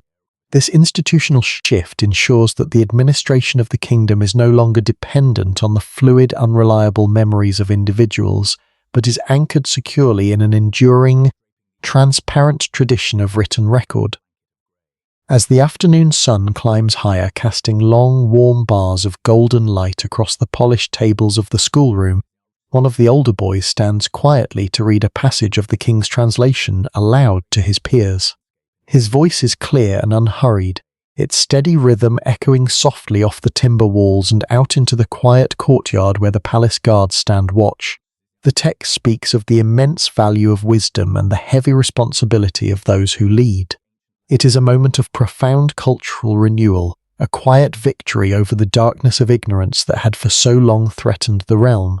For those who find a deep sense of rest and enrichment in these peaceful journeys through the forgotten corridors of history, taking a soft moment to subscribe, like, and share this narrative helps ensure that these timeless stories of wisdom and preservation continue to echo gently across the digital landscape. The cool light of a late spring morning pours through the high timber shutters of the Royal Mint in Winchester, illuminating an atmosphere of absolute precision and metric discipline. Here, tucked within the deeply fortified heart of the capital city, the economic lifeblood of the kingdom is given a physical, enduring form. The space is filled with a distinctive industrial rhythm, the low continuous roar of charcoal furnaces heating small crucibles of raw metal, the soft clinking of silver ingots being shifted onto stone benches, and the steady metallic ring of hand-struck dies echoing through the timber rafters. This is where the currency of stability is forged, a process that King Alfred treats with the exact same administrative rigour as the compilation of the law books or the digging of the great defensive ditches. At the centre of this quiet activity stands the master moneyer, a highly skilled artisan appointed directly by the crown. His movements are slow and deliberate, governed by centuries of metallurgical tradition and strict royal oversight. First, pure silver is melted down and refined until all impurities are burned away, leaving a brilliant liquid mirror reflecting the orange glow of the embers.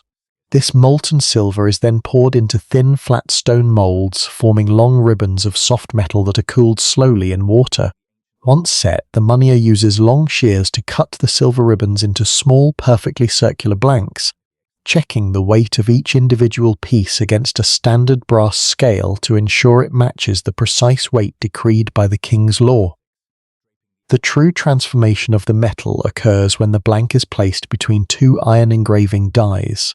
In a single calculated movement, an assistant holds the iron die steady while the moneyer brings a heavy wooden mallet down with a sharp, controlled blow.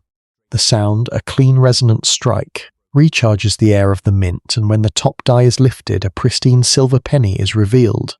On one side, the coin bears the crisp, stylized profile of King Alfred, surrounded by the clear letters of his royal name. On the reverse, a beautiful, geometric cross design is stamped, identifying the specific moneyer and the city where the coin was minted.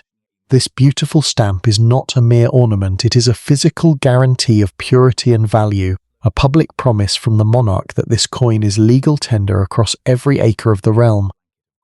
This creation of a uniform, high-quality silver currency introduces a profound sense of economic security across the newly constructed burghs. In the past, the absence of a reliable coinage forced the people to rely on a chaotic system of bartering, or the dangerous practice of weighing out random fragments of foreign silver on portable scales. Under Alfred's new monetary system, merchants can travel from the wharves of London to the markets of Exeter, knowing that a silver penny has the exact same purchasing power in every marketplace. This standardization allows the internal trade of the kingdom to flourish within the safety of the fortress walls, creating a steady, predictable flow of commerce that provides the financial resources necessary to maintain the physical defenses of the realm. As the afternoon light begins to slant across the minting room, casting long shadows behind the heavy wooden workbenches, an assistant slowly packs the newly struck coins into stout leather bags. Each tied with a linen cord and sealed with blue wax, the silver pennies glint softly in the fading light, their crisp edges catching the golden rays of the sun. The steady ring of the hammers gradually slows, entering a gentle cadence that signals the end of the day's labour. The moneyer clears his bench with a quiet satisfaction, knowing that through these small, brilliant discs of silver, he has helped weave a network of economic trust that binds the people of Wessex closer together, anchoring their daily livelihood securely to the enduring peace and authority of the crown. The gentle warmth of late spring finally settles over the western horizons of Wessex, initiating a slow and magnificent transformation across the vast expanse of the Somerset levels. The infinite fens, which for so many months had been locked in a deep embrace of cold water and white fog, begin to yield to the steady creative energy of the new season. The great primordial pools of stagnant water gradually recede, exposing the dark, fertile peat beds that have been nourished by the winter floods. The thick, unyielding mud that had once halted all human movement dries under the clear spring sunshine, fracturing into a beautiful network of pale earthy lines that signal the return of a firmer, more predictable ground beneath the feet of travellers. Along the edges of these receding waters, the natural world awakens with a soft, rhythmic vitality that fills the air with a deep sense of peace.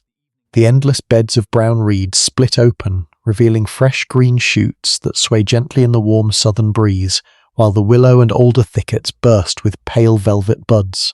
The profound, heavy silence of the winter fens is replaced by a lighter, comforting acoustic landscape. The gentle, continuous humming of wild bees among the marsh marigolds, the soft splashing of otters sliding through the clear river channels, and the melodic, floating songs of skylarks rising high into the pale blue sky.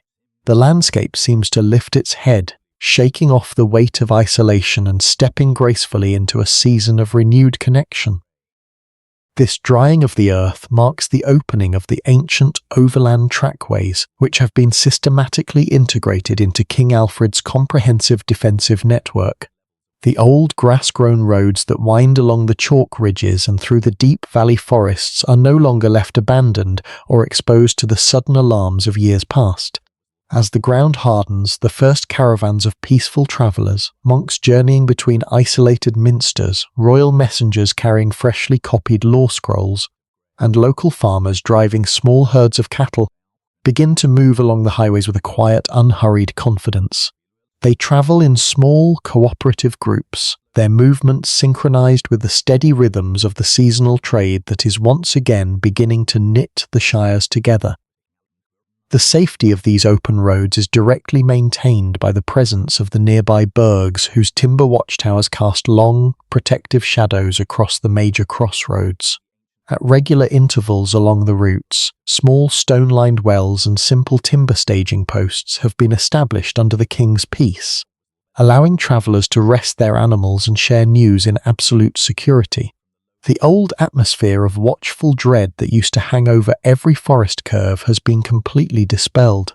A traveller can look out across the rolling meadows without fear, knowing that the horizon is actively monitored by the silent sentinels of the downs, and that a secure refuge is never more than a single day's walk away.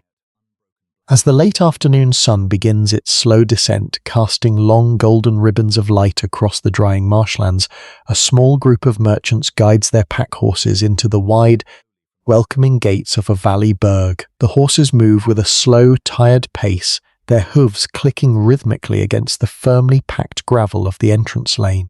Behind them, the vast Somerset levels stretch out into a soft violet twilight, the receding waters reflecting the beautiful, warm shades of the evening sky like a collection of scattered silver mirrors. The wilderness, which had once served as a lonely refuge for a hidden king, has been successfully woven back into the peaceful, secure fabric of a resurrected and deeply unified realm. The morning tide rises slowly along the sweeping curve of the River Thames, its dark, brackish waters, lifting the heavy hulls of merchant vessels with a gentle, rhythmic cadence. Here, at the ancient gateway of London, the light of a new summer dawn illuminates a scene of monumental restoration and quiet revival. For many decades, the historic Roman city of Londinium had stood as a melancholic monument to decay, its great stone walls fractured, its ancient stone villas roofless and choked with ivy, and its once busy waterfront reduced to a silent, desolate line of rotting timbers. However, under the direct strategic vision of King Alfred, the old city has been systematically reclaimed from the wilderness, transforming this strategic river crossing into a grand, fortified port that secures the northern frontier of his sphere of influence. The cornerstone of London's rebirth is the comprehensive repair of its massive Roman defensive circuit. Royal builders and masonry teams have spent months scaling the ancient stone walls, clearing away decades of thick moss and intrusive tree roots to reveal the solid flint core underneath. They pack fresh, white mortar into the deep fissures, rebuilding the crumbling battlements with heavy blocks of hand-quarried limestone. The old city is no longer a porous, defenseless ruin. It has been refortified into a colossal, secure enclave where the stone walls present an unyielding barrier to any unauthorized vessel attempting to slip past the river bends. This architectural permanence provides the essential foundation of safety that allows the civilian life of the port to return with a steady, confident momentum. Along the waterfront, within the safe shadow of these resurrected walls, the atmosphere of a thriving commercial port begins to breathe once more, step by quiet step. At the newly constructed timber wharves of Queenhithe, the air is filled with a rich, complex mixture of scents: the sharp, resinous smell of pine tar used to seal ship seams, the earthy aroma of dried wool packs stacked under open-air sheds, and the sweet herbal scent of river rushes strewn across the floors of the new custom houses. The sounds here are industrious yet peaceful: the soft, continuous splashing of water against the thick oak pilings, the gentle creaking of hemp ropes running through grease-smooth wooden blocks, and the low, murmured conversations of merchants checking their manifests against the king's standard weights. This structural security has allowed London to emerge as a vital crossroads of international trade and cultural exchange within the safe framework of the Burg system. In the straight, gravel-laid streets that run perpendicular to the riverfront, simple but sturdy timber houses rise along the paths, their workshops filled with the gentle, rhythmic tapping of craftsmen shaping bone combs, casting pewter brooches, or curing fine leathers. Foreign traders from Frisia, Flanders, and the deep valleys of the Rhineland guide their shallow draft cogs alongside the stone-lined quays, trading fine glassware, iron blades, and precious barrels of salt for the high-quality woolens and lead produced in the English shires. The trade proceeds with a slow, administrative predictability, governed entirely by the strict laws of the King's Market. As the late afternoon sun begins to dip behind the western battlements, casting long, dramatic shadows across the wide expanse of the Thames, the river water turns from a dull slate grey to a beautiful warm shades of amber and gold. The great iron-strengthened oak gates that face the river are slowly closed by the port reeves, their heavy locking bars sliding into the stone sockets with a deep, reassuring resonance. London settles into a quiet, protected evening, the small hearth fires of its newly settled inhabitants reflecting softly against the dark windows of the timber halls. The ancient city has been successfully brought back from the brink of oblivion, standing firm in the gathering dusk as a magnificent, living proof of a kingdom that has learned to build its lasting peace upon the restored foundations of the past. The midsummer air hangs perfectly still over the wide grassy plateau of the Wiltshire Downs, where the gentle morning light softens the sharp edges of the ancient chalk paths. In the traditional lore of the West Saxons, there is no image more deeply etched into the collective consciousness than the board wheel, the shield wall. For generations, this formation was viewed primarily through the lens of sudden, desperate necessity, a tactical barrier raised in the heat of a crisis when individual strength had to be bound together to withstand a kinetic shock. Yet, under the philosophical guidance of King Alfred, the concept of the shield wall undergoes a profound intellectual evolution, transforming from a temporary mechanism of battlefield survival into a beautiful, living metaphor for the entire social and structural organization of the kingdom. In its literal physical form, the shield wall is an exercise in absolute, unhurried discipline and mutual reliance. When the men of the rotating levy assemble on the green hillsides for their seasonal training, they do not practice aggressive, sweeping maneuvers or individual displays of martial prowess. Instead, they stand shoulder to shoulder in a long, dense line that follows the natural contours of the earth. Each man holds a large, circular shield crafted from light, flexible linden wood, its surface covered in thick, hardened oxhide and anchored at the center by a heavy iron boss. The shields are not held separately, they are deliberately overlapped, the right edge of one locking securely behind the left edge of the next, creating a continuous, unbroken wall of timber, leather, and iron that stretches across the meadow like a physical rampart. This interlocking alignment demands an extraordinary surrender of personal ambition to the collective well-being of the community. A man standing in the shield wall cannot move independently. He cannot rush forward to seek individual glory, nor can he step backward without instantly exposing the flank of the neighbour who depends entirely on his presence. The strength of the wall resides not in the sharp edge of the iron spear, but in the passive, enduring resistance of the shared boundary. It is an architecture of absolute containment, designed to absorb pressure, maintain space, and preserve life through steady, unyielding cohesion. The men stand in absolute silence, their breathing synchronized, their collective posture reflecting the calm, immovable strength of the very downs beneath their boots.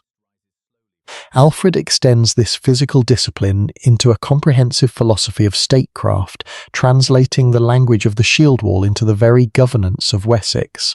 In his vision, the 31 newly constructed burghs are simply individual shields spaced across the geography of the realm, their defensive zones overlapping with mathematical precision to create a continuous kingdom-wide wall of protection. Similarly, the rotating militia, the legal codes, the silver currency, and the vernacular translations are all individual linden boards, locked together to form a multi-layered shield that preserves the delicate, beautiful structures of civilian life from external chaos. The entire society becomes a structured, cooperative matrix where every individual, from the highest ealdorman to the humblest ploughman, plays a vital role in maintaining the integrity of the collective line. As the afternoon sun reaches its zenith, casting short, dark shadows beneath the locked shields of the training levy, the master of the guard calls for a gentle dissolution of the line. The men slowly step back, lowering their linden circles with a quiet, practiced ease, their faces warm but relaxed under the bright summer sky. They sit together in the long grass, sharing small wooden flasks of fresh water and flat cakes of barley bread, their conversations murmuring softly across the high downs.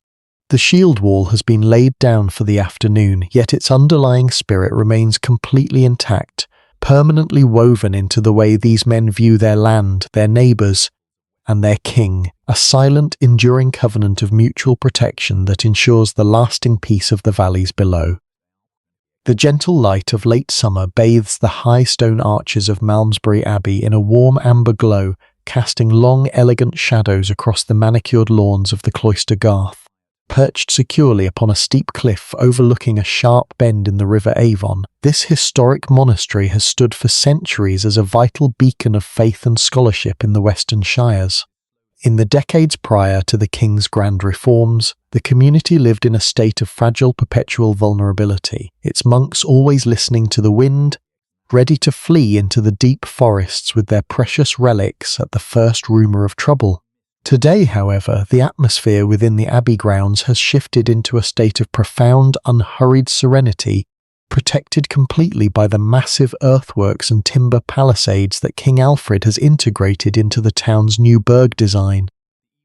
Behind the safety of these newly constructed fortifications, the monastic life proceeds according to its ancient, beautifully predictable rhythm, entirely undisturbed by the outside world. The daily life of the brothers is governed by the rule of Saint Benedict, a structured cycle of prayer, labour and study that divides the 24 hours of the day into 8 canonical hours. As the deep, resonant tolling of the abbey bell cuts through the crisp morning air, the monks emerge from their low timber dorter, walking with a slow, measured pace along the covered stone arcades toward the dim, candle-lit warmth of the church. Their dark wool habits rustle softly against the stone flags, a quiet, reassuring sound that underscores the return of permanent spiritual discipline to the region. Inside the choir, the monks take their places in the carved oak stalls, their figures illuminated only by the steady, golden flames of beeswax candles and the faint light filtering through the high clerestory windows. They begin the chanting of the divine office, their voices blending into a single beautiful stream of Gregorian plainsong that drifts upward into the timber-vaulted ceiling. The ancient Latin verses, sung in a slow, meditative unison, carry a profound sense of cosmic order and timelessness. The music is not hurried, it flows with the steady, majestic cadence of a deep river, weaving an invisible web of peace and spiritual protection over the surrounding countryside.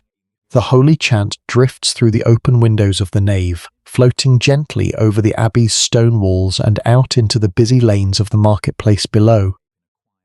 While a portion of the brotherhood maintains the continuous cycle of prayer, others tend to the practical and intellectual labours that sustain the community's safe existence within the burg. In the outer courtyards, monks wrapped in thick leather aprons work in the monastic gardens, their iron hoes turning the dark, rich soil around rows of medicinal herbs, leeks and winter cabbages. In the adjacent scriptorium, elder scholars bend over sloping wooden desks, their quills scratching softly on sheepskin vellum as they translate holy commentaries into the Old English tongue, following the direct educational mandates of the king. The various labours are performed in absolute silence, treated not as tedious chores, but as acts of quiet devotion that reinforce the moral and cultural fabric of the West Saxon state. As the afternoon fades into a cool violet twilight, the final chants of Compline echo softly through the stone arches, signalling the approach of the night's great silence. The monks extinguish the candles one by one, leaving only a single oil lamp burning before the high altar, its small red flame casting a warm, secure glow into the shadows. Outside the abbey walls, the town guards take up their positions along the timber ramparts of the burg, their lanterns glinting softly in the dark as they watch over the sleeping valley.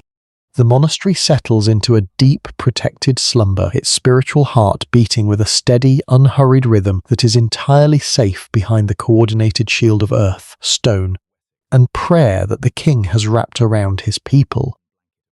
The early autumn air carries a sharp, crisp clarity across the fields of Hampshire, turning the morning dew into a shimmering coat of silver that clings to the long grass at the base of the fortifications. In the grand narratives of history, it is the initial raising of the ramparts and the dramatic construction of the high oak palisades that capture the human imagination. Yet King Alfred understands that the true endurance of his defensive system lies in a much slower, completely unglamorous form of devotion, the continuous methodical work of daily maintenance. A network of fortresses is only as strong as its weakest timber, and without constant care, the natural forces of wind, rain, and vegetative growth would slowly and silently dismantle the architecture of protection that his people had laboured so hard to dig into the soil. Every week, according to the meticulous quotas preserved in the royal administrative documents, regular teams of local townsfolk and landholders gather along the perimeter circuits of the burgs to inspect the state of the defences. They move with a slow, deliberate pace, their eyes scanning every foot of the massive earthworks for the subtle signs of seasonal wear and tear. The primary adversary through these autumn months is water, the slow, persistent rain that falls from the grey northern skies, threatening to wash away the loose earth of the ramparts and cause the steep banks to slide back into the deep ditches below. To counter this, workers carry large wooden mallets and heavy turf cutters, carefully packing fresh, thick slabs of green meadow turf onto the exposed clay, using the root systems of the grass as a living, natural mortar to anchor the soil permanently in place. Further down the slope within the shadow of the steep trench, another team works in a state of quiet, focused industry to clear away the summer's growth. If left unchecked, deep-rooted weeds, aggressive briars and wild willow saplings would quickly take root in the bottom of the defensive ditches, filling the deep channels and creating natural footholds that could aid an unwanted intruder. Men use long-handled hooks and sharp billhooks to slice through the dense undergrowth, their movements synchronized by a shared understanding of spatial discipline. The sharp green scent of crushed nettles and damp elder branches rises into the cool air, blending with the smell of the rich, dark mud that is scooped from the center of the ditch and thrown back up onto the inner bank to maintain its calculated height.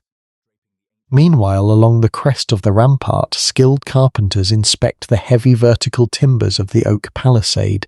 They tap the bases of the posts with their adzes, listening intently to the resonance of the wood to detect any hidden rot caused by the summer's moisture.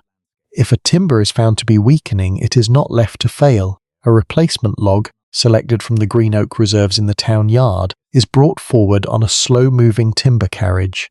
Working with long ropes and heavy wooden levers, the men slip the old post out and slide the new hand-squared oak timber into its place, packing the base with layers of heavy flint stones and broken clay until it stands as firm and unyielding as its neighbours. As the afternoon light softens into a cool amber twilight, the maintenance teams gradually gather their tools, cleaning the iron blades with handfuls of dry rye straw and wiping the dark earth from their leather aprons. They look back along the sweeping line of the circuit wall, which cuts a clean, disciplined profile against the rolling green of the autumn downs. The ditches are deep and clear, the ramparts are firmly packed, and the oak palisade stands straight and secure against the coming winter storms. There is no applause for this labour, no grand mention in the royal chronicles. Yet, in the quiet integrity of these well-maintained walls, the true strength of the king's vision is preserved, ensuring that the peaceful life of the community can continue to unfold inside, entirely safe from the unpredictable currents of the world outside. The cool, pale light of an autumn dawn filters through the high timber rafters of the central marketplace in the burgh of Wareham. Outside the perimeter walls, the morning mist still clings heavily to the reeds of the river valley, wrapping the lowlands in an opaque, protective shroud. But here inside the structured street grid, the space is gradually waking to a rhythm that had almost vanished from the southern shires, the steady, peaceful resumption of domestic commerce. Under the broad, overhanging timber awnings of the market lane, merchants and local craftsmen begin to arrange their goods with a slow, practiced movements. There is no frantic clamour or chaotic shouting. The economic life of the town unfolds with a dignified, measured cadence that reflects the profound security established by the king's peace. The market is laid out with absolute geometric precision along the wide gravel-paved thoroughfare, entirely protected from the elements and the unpredictable currents of the outside world. At one stall, a flock owner from the Dorset Downs unfolds heavy bolts of thick, undyed sheep's wool, the material smelling strongly of lanolin, mountain grass, and the clean wood smoke of his home hearth. Across the lane, a trader from the salt pans of the coast arranges small, neatly woven wicker baskets filled with coarse white salt crystals, a precious commodity necessary for preserving the autumn beef for the coming winter months. The transaction between them proceeds with an unhurried administrative calm, governed entirely by the standard weights and iron-stamped balances provided by the Royal Market Reeve. This structural security allows for a deep, philosophical shift in how human relationships are conducted across the kingdom. In the decades of unrest, trade was a frantic, dangerous endeavour, carried out in hidden woodland clearings with a constant eye turned toward the horizon. Today, behind the massive earthworks and the solid oak palisades, the act of bartering becomes a constructive ritual that binds different regions together. A blacksmith from a nearby forest hamlet sits quietly under an awning trading hand-forged iron door hinges and ploughshares for a sack of clean winnowed rye malt brought by a valley farmer. They speak in low, murmuring tones, their conversation touching on the quality of the late harvest, the health of their cattle, and the predictable rotation of the local militia guards. Every element of this silent trade is anchored by the silver currency that King Alfred has introduced across the shires. When a silver penny changes hands, its crisp edges and the stamped profile of the monarch ring softly against the stone weight counters on the merchant's table. This small, clear sound is a declaration of trust, a physical manifestation of a unified economy operating under a single framework of law and justice. The merchants do not need to worry about the purity of the coin or the arbitrary demands of local lords. The King's law ensures that value remains constant from the eastern gates of London to the quiet river ports of the west, creating an invisible network of economic stability that strengthens the realm from within. As the afternoon sun climbs to its highest point, casting short, soft shadows beneath the thatched awnings of the market stalls, the quiet industry of the burgh displays a remarkable picture of societal health. Women carry simple linen bags filled with fresh leeks and pottery jars of sweet clover honey, their children moving safely along the gravel lanes without a single thought of danger. The market reeve walks slowly through the crowd, his tall wooden staff marking his authority, ensuring that every measurement is true and that the peace of the market remains unbroken. In this quiet, ordered space, the defensive vision of the king achieves its highest civil purpose, the creation of a sanctuary where the simple, essential acts of human survival and communal exchange can flourish in absolute tranquility. The winter wind howls softly around the timber gables of the royal library, but inside the private chamber a deep academic silence prevails. Sitting at a small side desk, his goose quill held poised above a fresh sheet of vellum, is Asa, the learned monk from Wales whom King Alfred called to his court to serve as his teacher, counsellor, and closest biographer. From this intimate vantage point, Asa watches the monarch as he bends over a complex architectural drawing of a new burg fortification. Asa's perspective is unique. He does not see a mythic, untouchable figure of legend, but a human being of profound intellectual clarity who manages the heavy, exhausting architecture of statehood while locked in a perpetual, silent struggle against chronic physical illness. Asa records these quiet moments with a meticulous, compassionate eye, matching the slow, deliberate pacing of the king's own life. In his writings, he describes how Alfred is beset by a mysterious, deep-seated pain that strikes without warning, draining his physical energy in the middle of a crucial administrative session or during the quiet hours of midnight study. Yet Asa notes with a sense of wonder that this physical frailty never clouds the clarity of the king's strategic vision.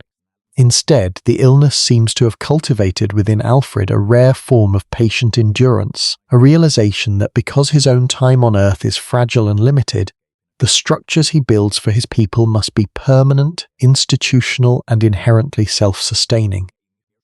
Sitting by the steady golden light of the horn lantern, Asa watches the king discuss the placement of a new river gate with his master carpenter. The conversation unfolds in low, measured tones, free from haste or administrative panic. Alfred's leadership, as Asa observes it, is an exercise in absolute daily devotion. He manages the kingdom not through grand theatrical displays of power, but through an infinite capacity for detail. The king tracks the grain reserves, the Westminster storehouses, monitors the progress of the scribes translating the ancient Latin codices, and calculates the exact number of labourers required to maintain the turf ramparts of the frontier towns, treating each task with equal gravity and care.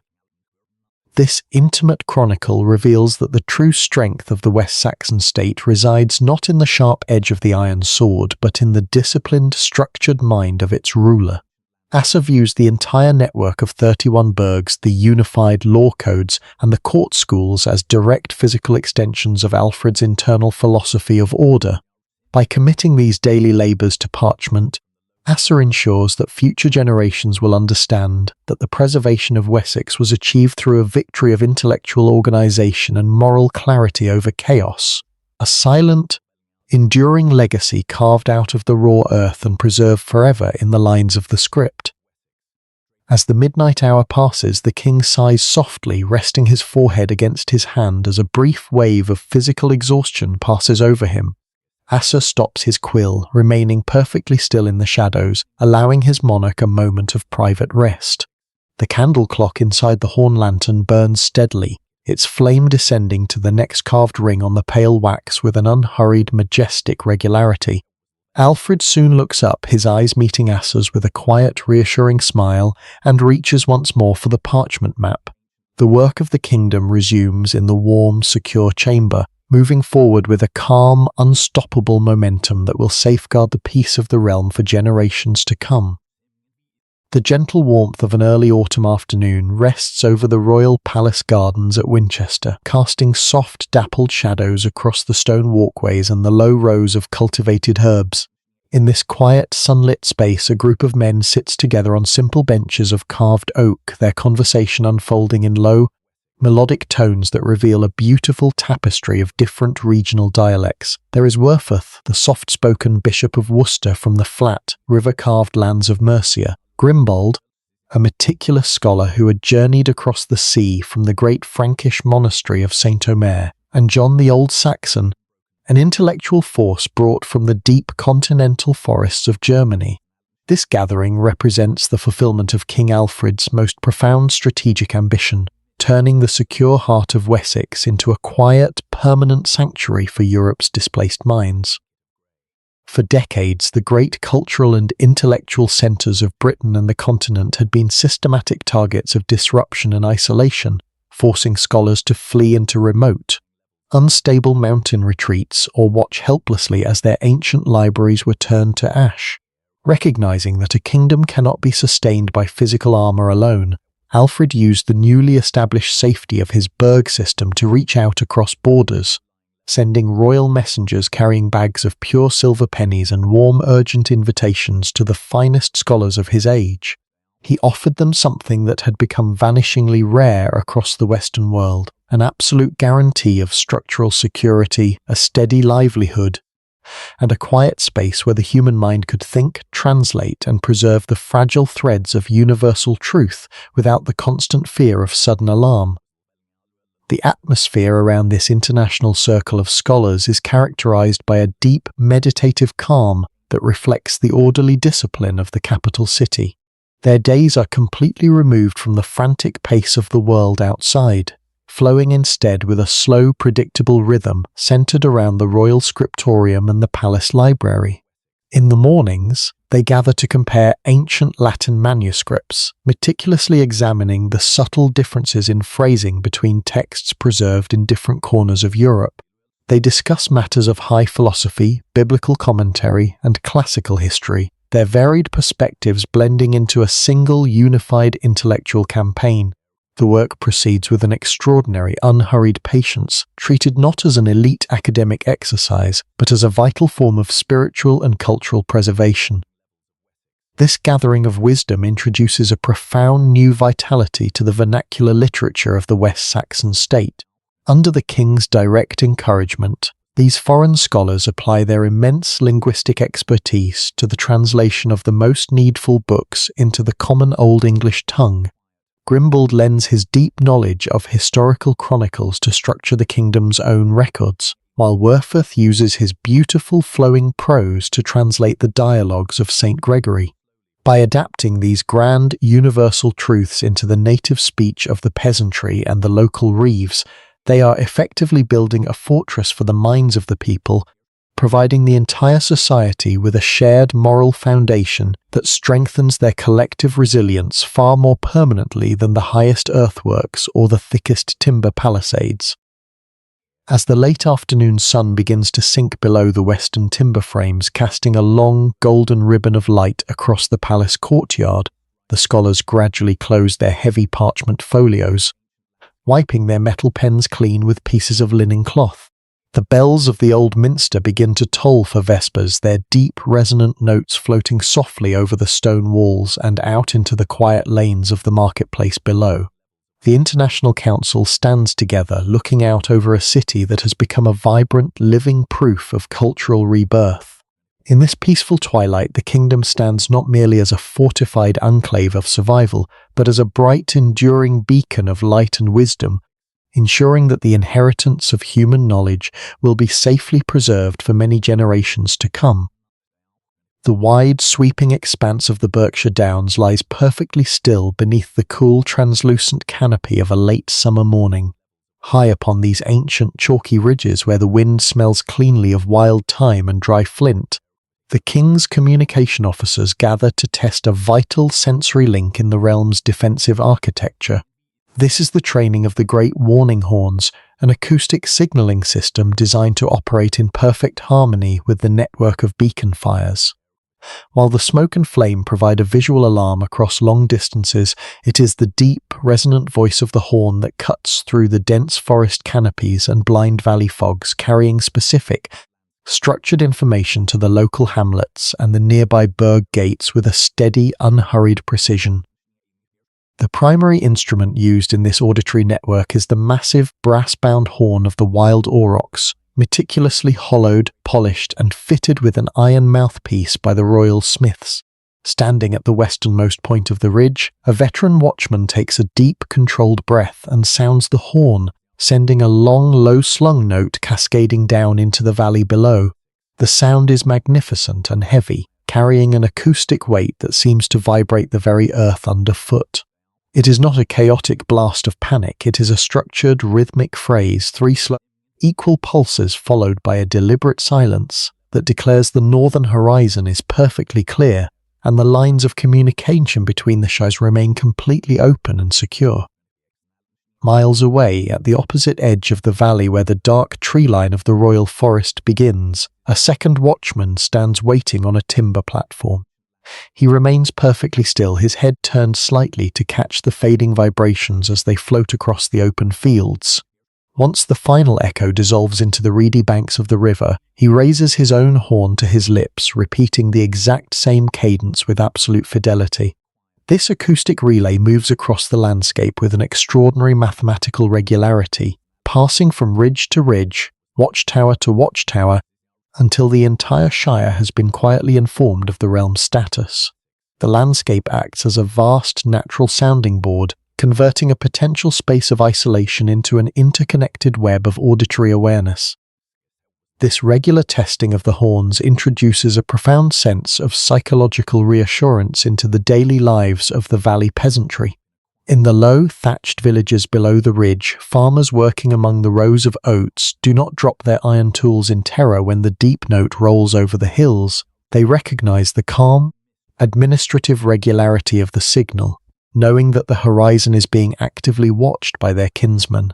The sound provides an acoustic canopy of protection, a tangible reminder that they are no longer forgotten or vulnerable, but part of a highly disciplined, responsive social machine. The voice of the horn binds the geography together, transforming the silent valleys into a single breathing entity that stands ready to defend its peace. As the morning sun climbs higher, turning the pale chalk paths into bright silver lines across the green hillsides, the final notes of the relay fade softly into the southern horizons toward Winchester. The watchmen lower their horns, wiping the morning dew from the polished surfaces with pieces of soft woolen cloth before storing them safely inside their leather cases. The deep silence of the downs returns, richer and more secure for the melody that has just crossed its valleys. For those who find a deep sense of rest in watching these ancient systems of harmony and vigilance return to life, taking a quiet moment to subscribe, like, and share this chronicle ensures that these timeless journeys through the corridors of history continue to resonate across our modern digital spaces. The late summer sun reflects intensely off the undulating green-blue waters of a sheltered Hampshire bay, where the sharp, clean scent of salt water mixes with the deep, heavy aroma of fresh oak timber and boiling pine tar. Along the muddy shoreline, a newly established royal shipyard hums with a focused, deliberate industry that marks a bold extension of King Alfred's strategic vision. For generations, the West Saxons had viewed the sea as a source of unmitigated vulnerability, a trackless, unpredictable highway that brought sudden devastation directly to their unprotected beaches. Recognizing that defending the kingdom exclusively from the riverbanks and earthen ramparts allowed the adversary to retain the vital element of initiative, Alfred initiates the slow, methodical birth of a native naval design. This coastal construction program is driven by a radical and highly specific set of specifications laid down by the king himself. These new vessels are not mere copies of the traditional northern longships. They are engineered to be nearly twice as long as the ships that had previously dominated the coastal waters, with some pulling 60 oars or more.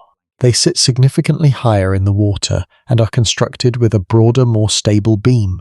This deliberate geometry ensures they are both faster and steadier when navigating the unpredictable, choppy currents of the English Channel, providing a floating platform that can intercept an unwanted fleet long before its crews can catch sight of the white chalk cliffs of the coast. The physical assembly of these colossal vessels proceeds with an extraordinary, unhurried patience under the watchful eye of master shipwrights brought from Frisia and the southern shires. Teams of woodsmen select the straightest, oldest oaks from the royal forests, splitting the massive trunks with iron wedges to create long, flexible strakes that are systematically pinned to the heavy keel beams with stout wooden trunnels. The air is filled with the rhythmic, satisfying sounds of the shipyard, the continuous, hollow thud of adzes shaping the curved prows, the soft clinking of iron rivets being driven through the overlapping hull planks, and the gentle lapping of the tide against the cradles. Every seam is meticulously packed with animal hair and sealed with layers of thick, water-resistant pitch, ensuring the massive structures are completely impervious to the relentless wear of the sea.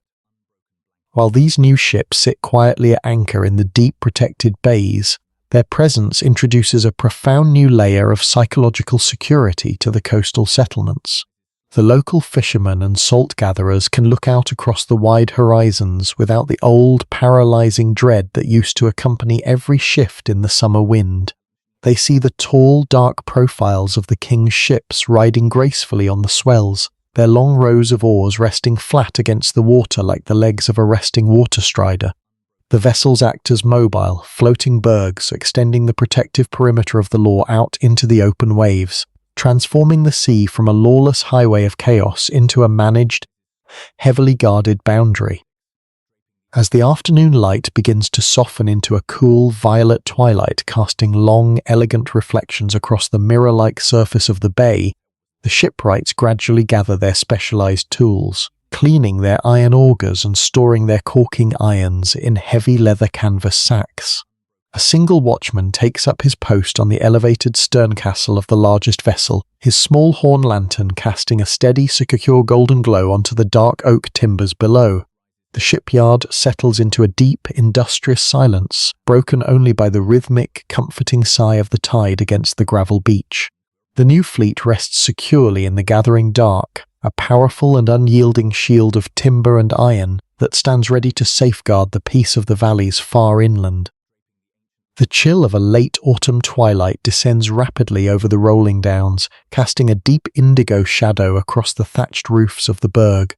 Outside, the wind whispers through the bare branches of the surrounding forests, but within the sturdy timber walls of the residential quarters, a different, deeply comforting atmosphere prevails.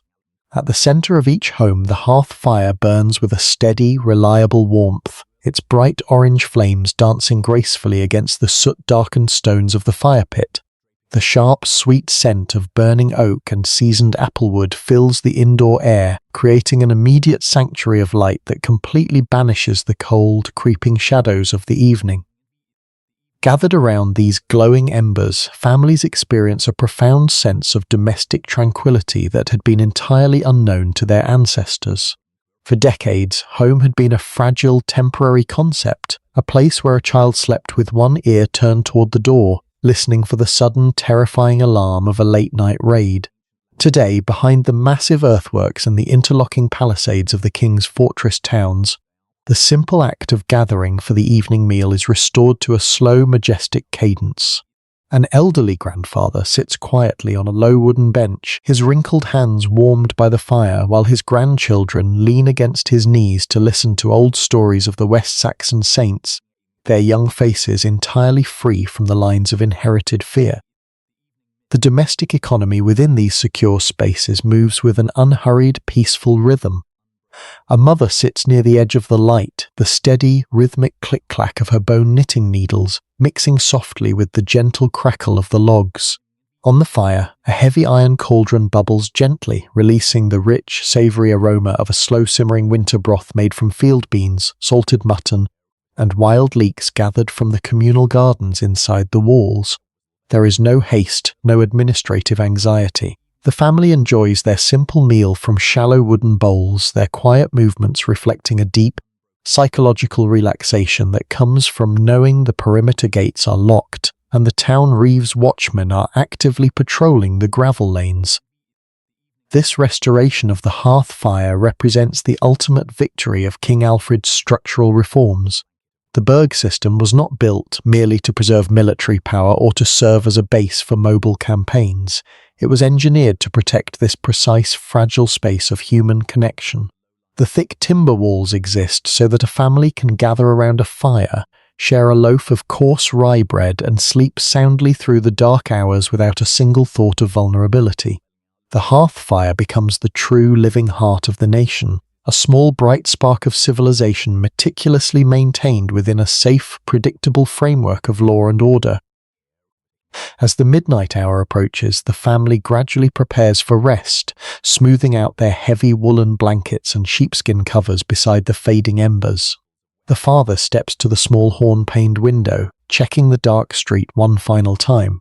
Outside, the steady rhythmic thud of a sentry's wool-wrapped boots passes by on the gravel path, accompanied by the faint, secure golden glow of a horn lantern reflecting against the frosted timber beams. The father turns back to the room with a quiet smile, banks the fire with a layer of ash to preserve the coals for the morning, and lies down among his kin. The house settles into a deep, protected slumber, entirely safe within the magnificent shield wall of community and peace that the king has built around their lives.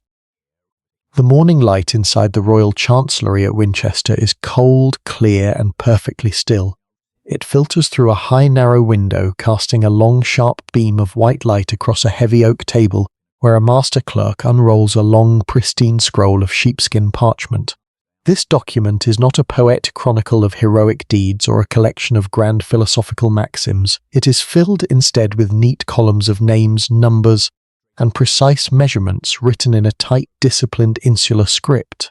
This is the document known as the Burgel Hidage, a masterpiece of early medieval administration that provides the absolute mathematical foundation for the physical defense of the entire West Saxon realm. To King Alfred, the enduring strength of a fortress resided not in the height of its wooden palisades or the depth of its ditches, but in the precision of the administrative machinery that sustained it. The Burgel Hidage translates the physical geography of Wessex into a clear, unyielding numerical code. The entire kingdom is divided into hides, units of land sufficient to support a single family, and each burg is allocated a specific number of these hides based entirely on the length of its fortification circuit. The math is beautifully systematic. The code establishes that one hide of land is exactly responsible for providing and maintaining one man to stand watch or work upon 4.5 feet of defensive walling. This extraordinary geometric discipline removes all uncertainty from the maintenance of the kingdom's shield wall. Sitting by the steady light of a horn lantern, royal officials can look at the entry for a specific burg, such as Wareham or Winchester, and instantly calculate its exact requirements. If a town possesses a defensive wall stretching 1,200 yards, the text dictates precisely that 2,400 hides must be assigned to its upkeep, ensuring that exactly 2,400 men are legally obligated to rotate through its garrison and maintain its turf ramparts.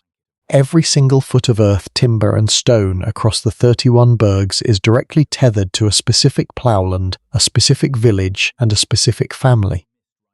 The atmosphere within the chancellery as this document is verified is one of quiet, professional devotion.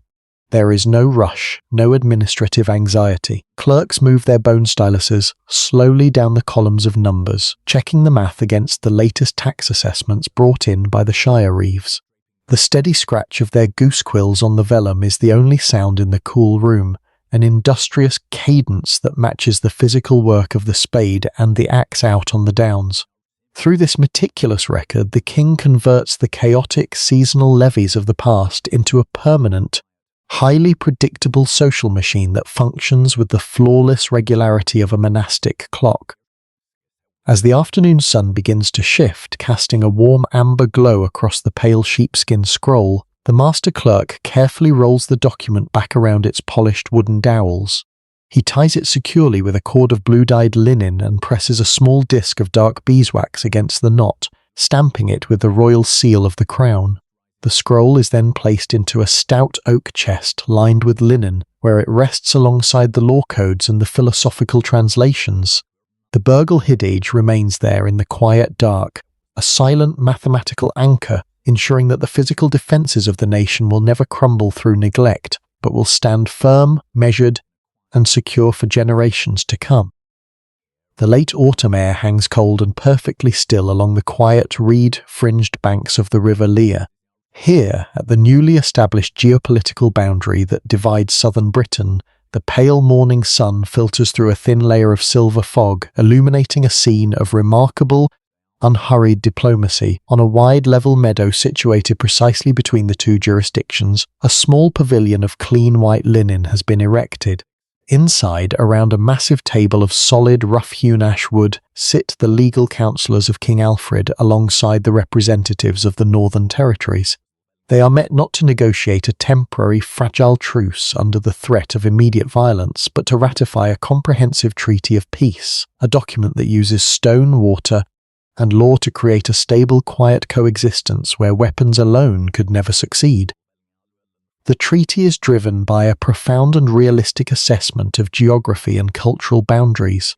Rather than pursuing an endless destructive cycle of total conquest, Alfred's diplomacy establishes a clear, permanent line of demarcation that runs up the River Thames, along the River Lea to its source, then straight to Bedford, and finally along the ancient path of Watling Street.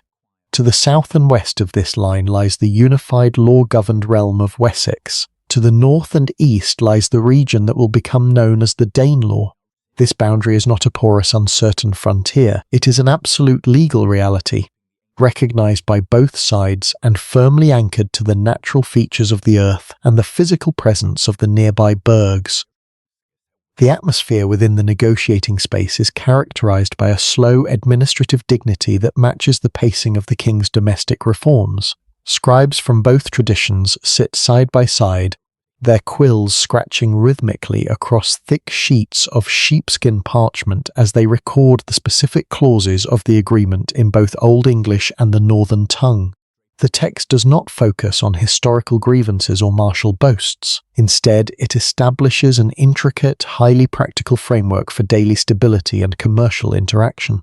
It defines the exact monetary value, the wergild of every individual crossing the border, ensures that any legal dispute between different subjects must be settled through peaceful arbitration before a joint panel of 12 elders, and strictly regulates the movement of cattle and goods to prevent accidental disputes. This focus on structured legal separation introduces a profound sense of predictable tranquility to the frontier shires. In the past, the borderlands were spaces of absolute vulnerability, where families lived in constant readiness to flee into the deep woodlands at the first sound of an unfamiliar horn. Under the new treaty, the boundary becomes a managed gateway of peaceful exchange. Local reeves and border guards stand watch at the designated river crossings, checking manifests and verifying weights against the king's silver standard, ensuring that trade can flow securely between the two distinct worlds without risking the stability of either realm. Law replaces the shield wall at the frontier, creating an invisible barrier of trust that is deeper than any ditch and stronger than any oak palisade. As the afternoon sun begins to sink into a soft violet twilight, casting long, elegant reflections across the mirror-like surface of the river, the leaders of both delegations step forward to sign the completed vellum sheets. They press their individual seals into discs of warm, dark beeswax, their movements deliberate and unhurried under the open sky. The treaty is finalized, its dry ink lines embodying a sophisticated philosophy of statecraft that values the preservation of life and the cultivation of wisdom above the chaotic illusions of total victory. The pavilion is slowly dismantled, and the councillors ride back toward their respective centres, leaving the quiet border valley to rest securely beneath the first pale stars of a peaceful, well-ordered night. The soft amber light of a late autumn sunset spills through the high open-arched windows of the royal chambers at Winchester, casting long, peaceful shadows across the polished oak floorboards. Sitting quietly in his high-backed chair, his hands resting gently on a thick folio of freshly bound vellum, King Alfred looks out over the capital city he has spent a lifetime reshaping. The mysterious, chronic ailments that have accompanied him since his youth still linger, a constant reminder of the fragile nature of human existence, but his mind remains as clear and luminous as the evening sky. As the twilight deepens, turning the horizon into a beautiful tapestry of soft violet and deep gold, the king allows his thoughts to drift backward over decades of unremitting, methodical labour. From this elevated vantage point, the physical transformation of the West Saxon landscape appears complete, majestic, and enduring. Where there had once been an open, chaotic geography of vulnerable hamlets and porous river valleys, there now stands a magnificent interconnected system of permanent security. Alfred can see the high timber palisades and deep grass-grown ditches of the city's perimeter wall cutting a sharp, disciplined profile against the rolling green downs. 31 burghs, positioned with mathematical precision across the shires, now hold the geography of the realm in an unyielding embrace of peace. The raw earth itself has been broken, shaped, and permanently realigned by the spade, the axe, and the unglamorous devotion of an entire people working under a single, unified vision. Yet, as the king's eyes drift from the distant ramparts down to the small, beautifully carved horn lantern sitting on his desk, he knows that the true preservation of his realm resides in an entirely different, invisible architecture. The candle clock inside the lantern burns with a slow, majestic regularity, its tiny flame descending from one carved notch to the next without a single flicker. This quiet, orderly consumption of light mirrors the very philosophy that has guided his later years, that physical fortresses are merely temporary shelters, unless they are inhabited by a community that has learned to love wisdom, justice, and the written word. The landscape has been altered by earth and wood, but the mind of the nation has been permanently anchored by ink. The atmosphere within the private chamber is characterized by a profound meditative silence that feels entirely secure. There is no administrative panic, no frantic gathering of councillors, no immediate alarm from the frontier downs. The kingdom moves forward with the steady, predictable rhythm of a monastic clock. In the scriptoria down the lane, the quills of the scholars continue to scratch softly against sheepskin parchment, producing copies of the law codes and philosophical translations that will be read by generations of leaders yet unborn. The unified silver currency rings softly in the marketplace below, a continuous declaration of economic trust that binds the humblest ploughman to the authority of the crown. As the final rays of the sun disappear behind the western hills, leaving the sky painted in the quiet shades of a cool winter night, the king reaches forward and gently touches the smooth edge of the parchment text before him. He feels a deep spiritual satisfaction, knowing that the heavy weight of the crown has been borne with truth, fairness, and absolute care. The bells of the old minster begin to toll for Compline, their deep, resonant notes floating softly over the stone walls and out into the quiet streets where the townspeople are banking their hearth fires for the night. The evening of the reign has arrived not as a time of sorrowful decay but as a season to deep, undisturbed peace, leaving a resilient and unified nation standing firm against the passing storms of the world. The deep, nocturnal silence of the royal scriptorium is broken only by the soft, rhythmic sighing of the winter wind against the heavy oak shutters. Inside the narrow chamber, a single beeswax candle burns with a steady, clear flame, casting a warm, golden pool of light across a sloping wooden desk. An elderly scribe, his eyes clouded by years of close work under the dim light of horn lanterns, sits perfectly still, his fingers loosely gripping a long goose quill. Before him lies the final, pristine sheet of sheepskin vellum that will complete King Alfred's personal translation of Pope Gregory's Pastoral Care, a book the king explicitly considers a vital spiritual blueprint for the restoration of his people's minds. The atmosphere within the small workspace is heavy with a sense of historic culmination and quiet reverence. For months, this scriptorium has operated like a slow, meticulous factory of wisdom, its scholars working in absolute silence to convert the ancient complex Latin phrases into the clear, accessible cadence of the Old English tongue. The scribe dips his iron nib into the dark oak gall ink one last time, his movements deliberate and unhurried. With a steady, practiced hand, he guides the pen across the faint guidelines scored into the parchment, etching the final characters of the text into the smooth white surface. The dark ink stands out crisply against the vellum, glistening softly in the candlelight like wet river mud after a gentle rain. As the scribe draws the final, elegant horizontal stroke that completes the last word of the book, he lifts the quill with a soft, collective exhale that seems to echo through the empty scriptorium. He does not instantly close the book or shout for his assistance. Instead, he sits in absolute stillness, watching the fresh ink dry with an extraordinary patient discipline. The drying process is slow and beautiful, the wet sheen gradually fading into a matte, permanent black that locks the king's philosophical vision into the very fibers of the animal skin. This final sentence is the closing stitch in a magnificent, invisible shield wall of literature, a legal and moral anchor designed to preserve the interior life of the nation from intellectual decay. This slow drying of the ink represents the permanent institutionalization of Alfred's educational reforms. This completed text is not meant to sit forgotten on a high shelf in the royal palace. It is destined to be copied dozens of times and dispatched to every bishopric across the shires, accompanied by a precious estelle, a pointer of gold and carved ivory, so that it may be read aloud to the local communities.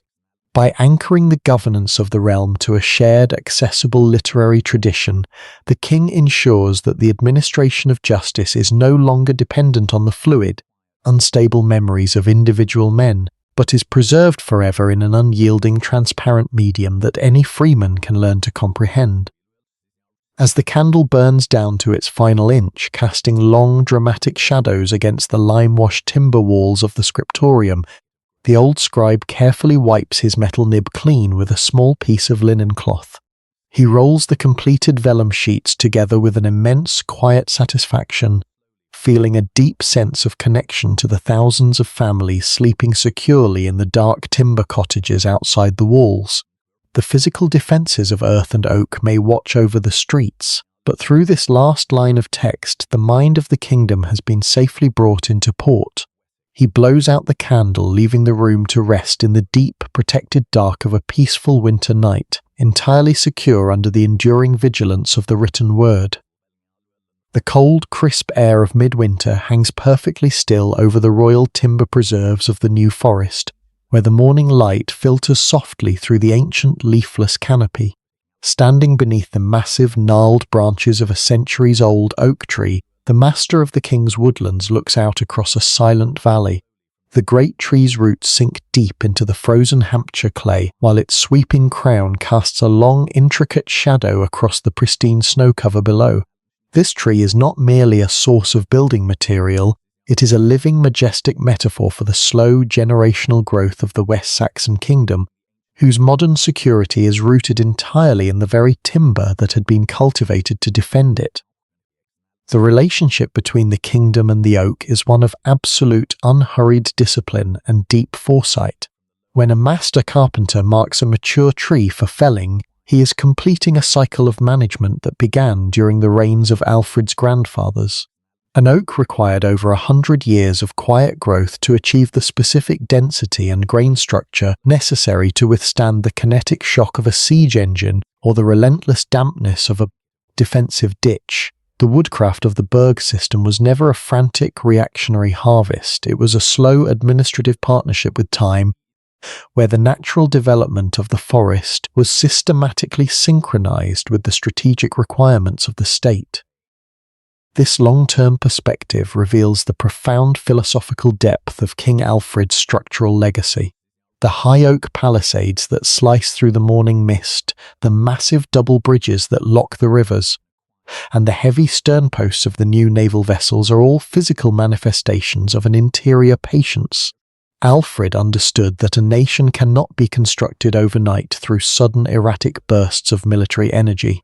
Like the slow expansion of the oak's rings beneath its rough bark, the institutions of Wessex, the law codes, the court schools, the silver mints, and the grid-patterned towns had to grow gradually, layered year after year until they formed an unbreakable organic fabric capable of enduring the harshest historical winters.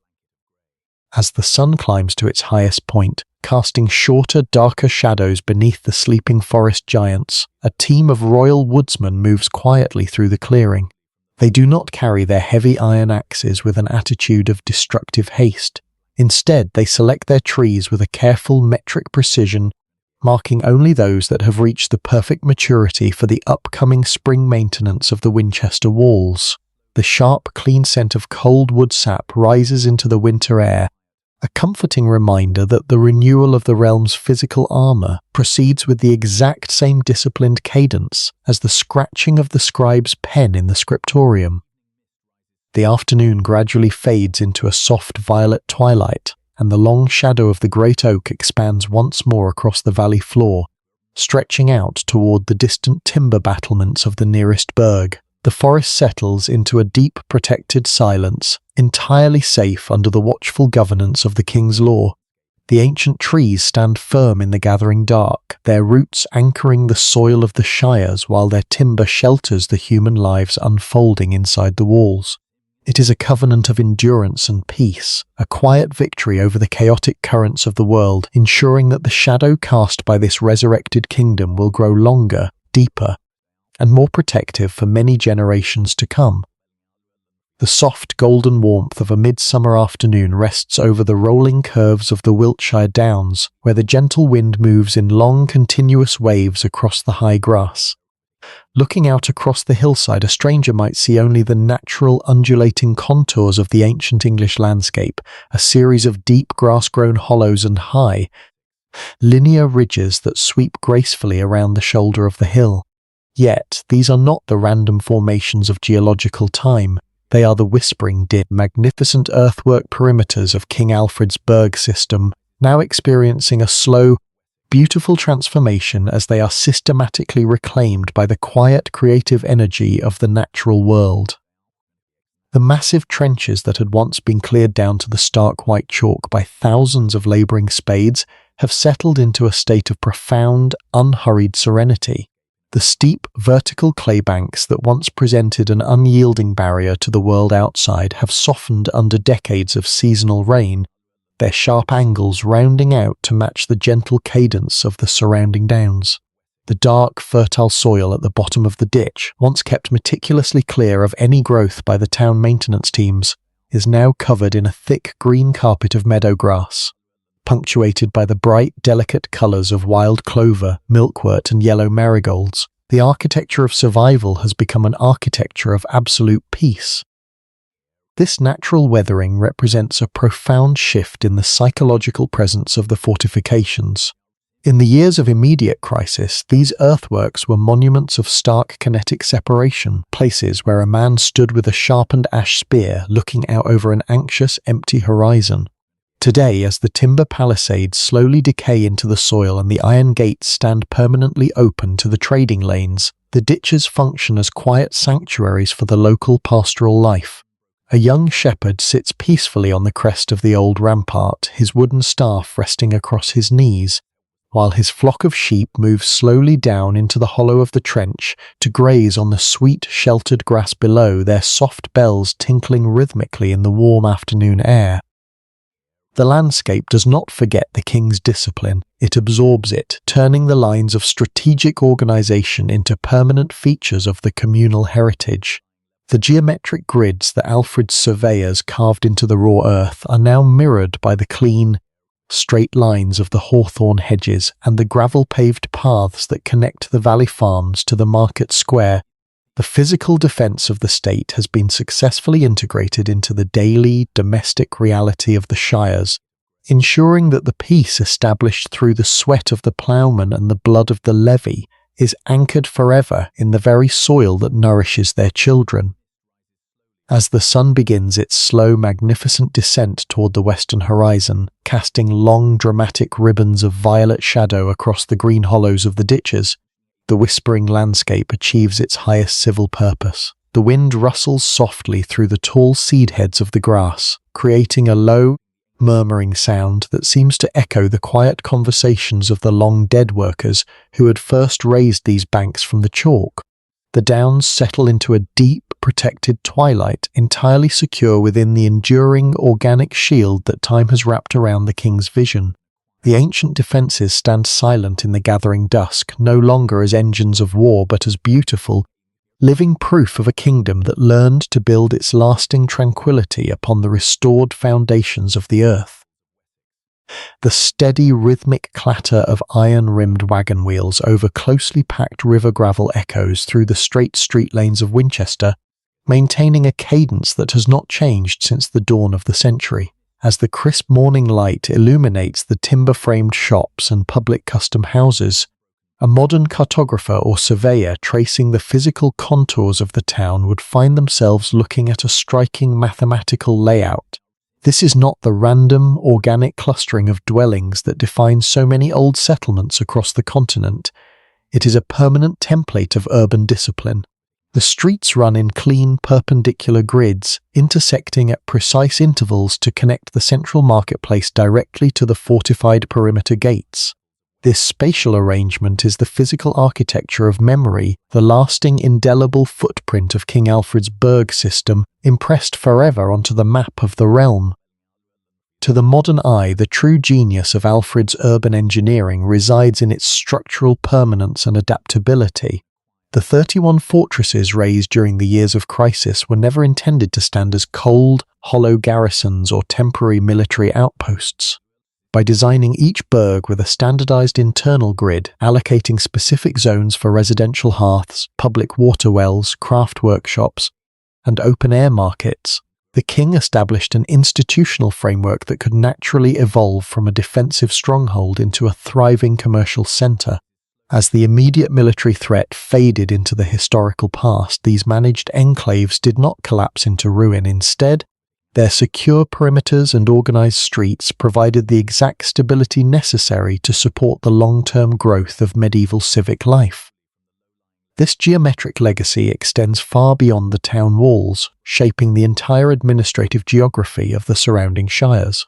The burgal hidage, which had once functioned as a strict military ledger calculating the exact number of labourers required to maintain the turf walls, gradually transformed into the foundational blueprint for local taxation, property rights, and judicial boundaries.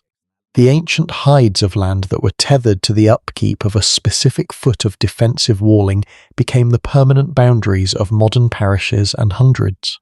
The entire landscape was systematically reorganized around these central fortified nodes, creating a balanced, decentralized network where every valley farmer and forest woodcutter looked to their local burg as the primary seat of law, economic exchange, and communal identity. The atmosphere within these modern market towns is characterized by a deep, unhurried continuity that links the daily life of the modern tradesman directly to the strategic vision of the past. A blacksmith shaping a horseshoe under his timber awning operates within the exact same grid allotment that was surveyed by the king's officials generations ago. The local reeve enforcing standard weights at the Stone Market Cross utilizes a legal framework derived directly from the sheepskin law codes compiled in the Royal Scriptoria. The town does not merely remember its history through formal monuments or written chronicles. It lives inside the history, its inhabitants moving along the paths and trading within the spaces that were carved out of the raw clay to preserve their survival. As the afternoon light begins to slope across the high timber roofs, casting long, elegant shadows down the clean gravel thoroughfares, the enduring integrity of this administrative design becomes beautifully apparent. The modern shires and towns stand as living, functional monuments to a ruler who understood that the truest defense of a nation is the cultivation of an orderly, predictable, and lawful society. The old earthwork ramparts may be slowly covered by green grass and wildflowers, yet the underlying geometric discipline remains completely unyielding, anchoring the civil life of the realm to a framework of permanent peace and stability that continues to structure the world long after the wooden shields have returned to the dust. The late winter sun hangs low and perfectly still over the wide, frosted plateau of the Wessex Downs, casting a long, pale ribbon of light across the ancient chalk ridges. In the quiet, meditative stillness of this elevated landscape, the true grand synthesis of King Alfred's lifework achieves its clearest philosophical expression. For decades, the survival of the human community in these shires had been viewed as a binary struggle, a chaotic, unpredictable collision between individual physical strength and the relentless forces of external disruption. Yet, through a lifetime of patient, methodical statecraft, the king has demonstrated a more profound truth, that the ultimate shield of a nation is not an engine of kinetic destruction, but a beautiful, harmonious alignment between material preparation and intellectual cultivation. This dual architecture of protection is mirrored perfectly in the physical and intellectual structures that now govern the realm. In Alfred's vision, a fortress of earth and oak is merely a hollow shell if the minds of the people inside are left in a state of unmanaged neglect. Conversely, the highest philosophy and the most beautiful translations of ancient wisdom are entirely defenseless if they do not possess a secure, physical space where a scribe can hold a goose quill without his fingers shaking from fear. The 31 royal burghs and the standardized law codes, the rotating militia levies and the vernacular scriptoria are not separate, isolated initiatives. They are the interlocking linden boards of a single magnificent shield wall designed to preserve the delicate, fragile structures of civilian life from overwhelming chaos. The spirit of this shield is characterized by its passive, enduring, and deeply sustainable discipline. Unlike the aggressive, sweeping campaigns of expansion that defined so many empires of the past, Alfred's strategy is entirely centered on containment, stabilization, and the meticulous maintenance of boundaries. The strength of the state resides not in the sharp edge of the iron sword or the kinetic fury of a sudden charge, but in the slow administrative predictability of the king's peace. It is a philosophy that values the preservation of life, the true cultivation of the soil, and the slow generational transmission of knowledge above the fleeting, destructive illusions of martial glory. The entire kingdom operates with the steady, reassuring cadence of a monastic clock, where every individual moves within a synchronized rhythm that sustains the whole. This profound realization introduces a state of permanent psychological rest to the communities unfolding within the valley hamlets. A farmer turning the dark, damp clay with his heavy oxen team does not look toward the horizon with the old, paralyzing dread. He understands that his labor is directly connected to the survival of the nearest burg, and that his children are growing up inside a framework of law that recognizes their inherent value. The internal life of the nation has been effectively insulated from the unpredictable currents of the world outside, transforming the raw geography of the shires into a conscious, self-aware society that has learned to find its lasting security in the systematic cultivation of its own internal health.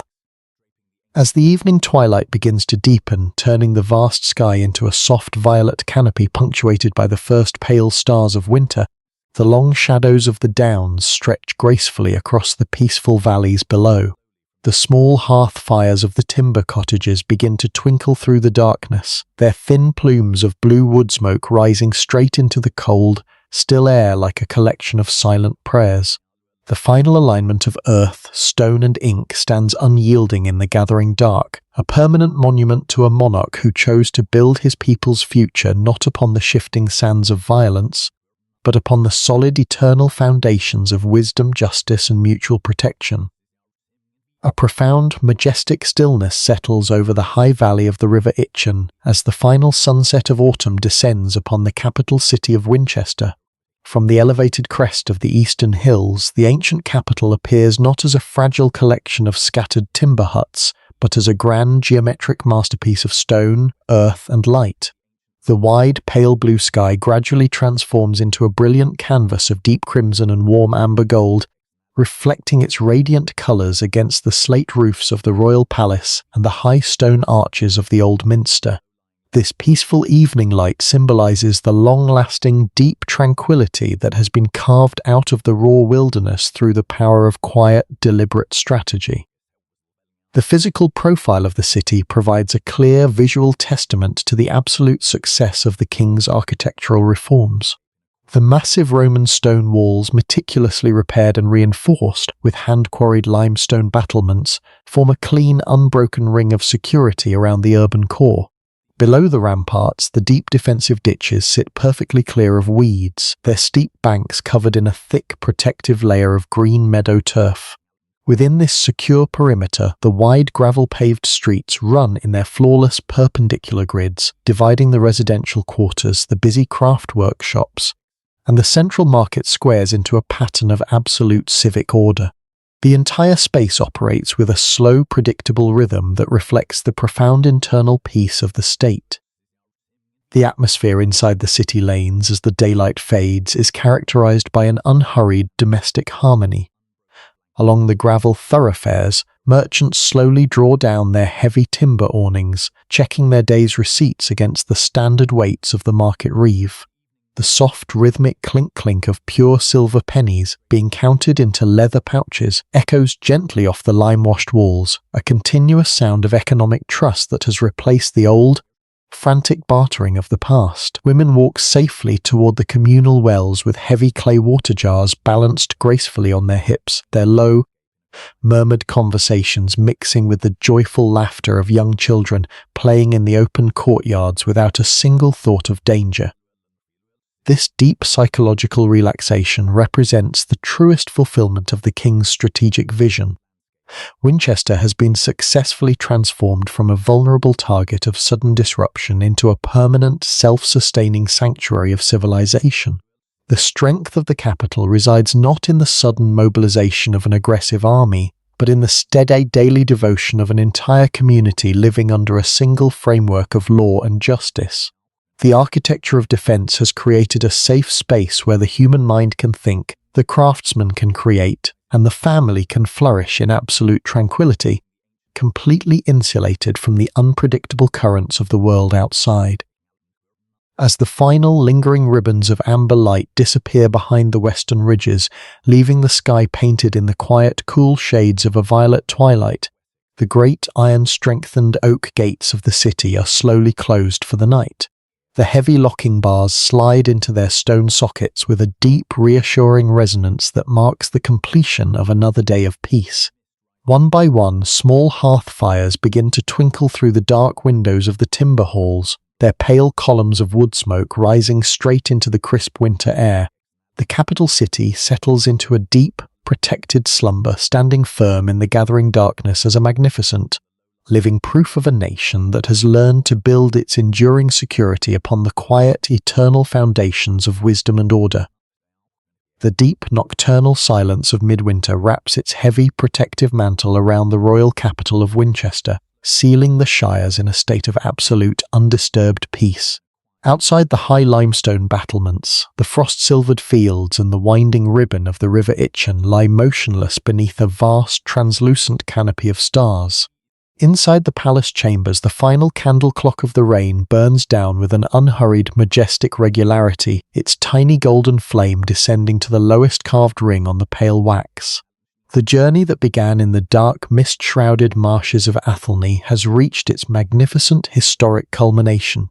King Alfred's earthly labours are complete, yet his presence remains permanently woven into the geography, the laws, and the very consciousness of the land he saved. An eternal sentinel whose legacy will guard the nation for generations yet unborn.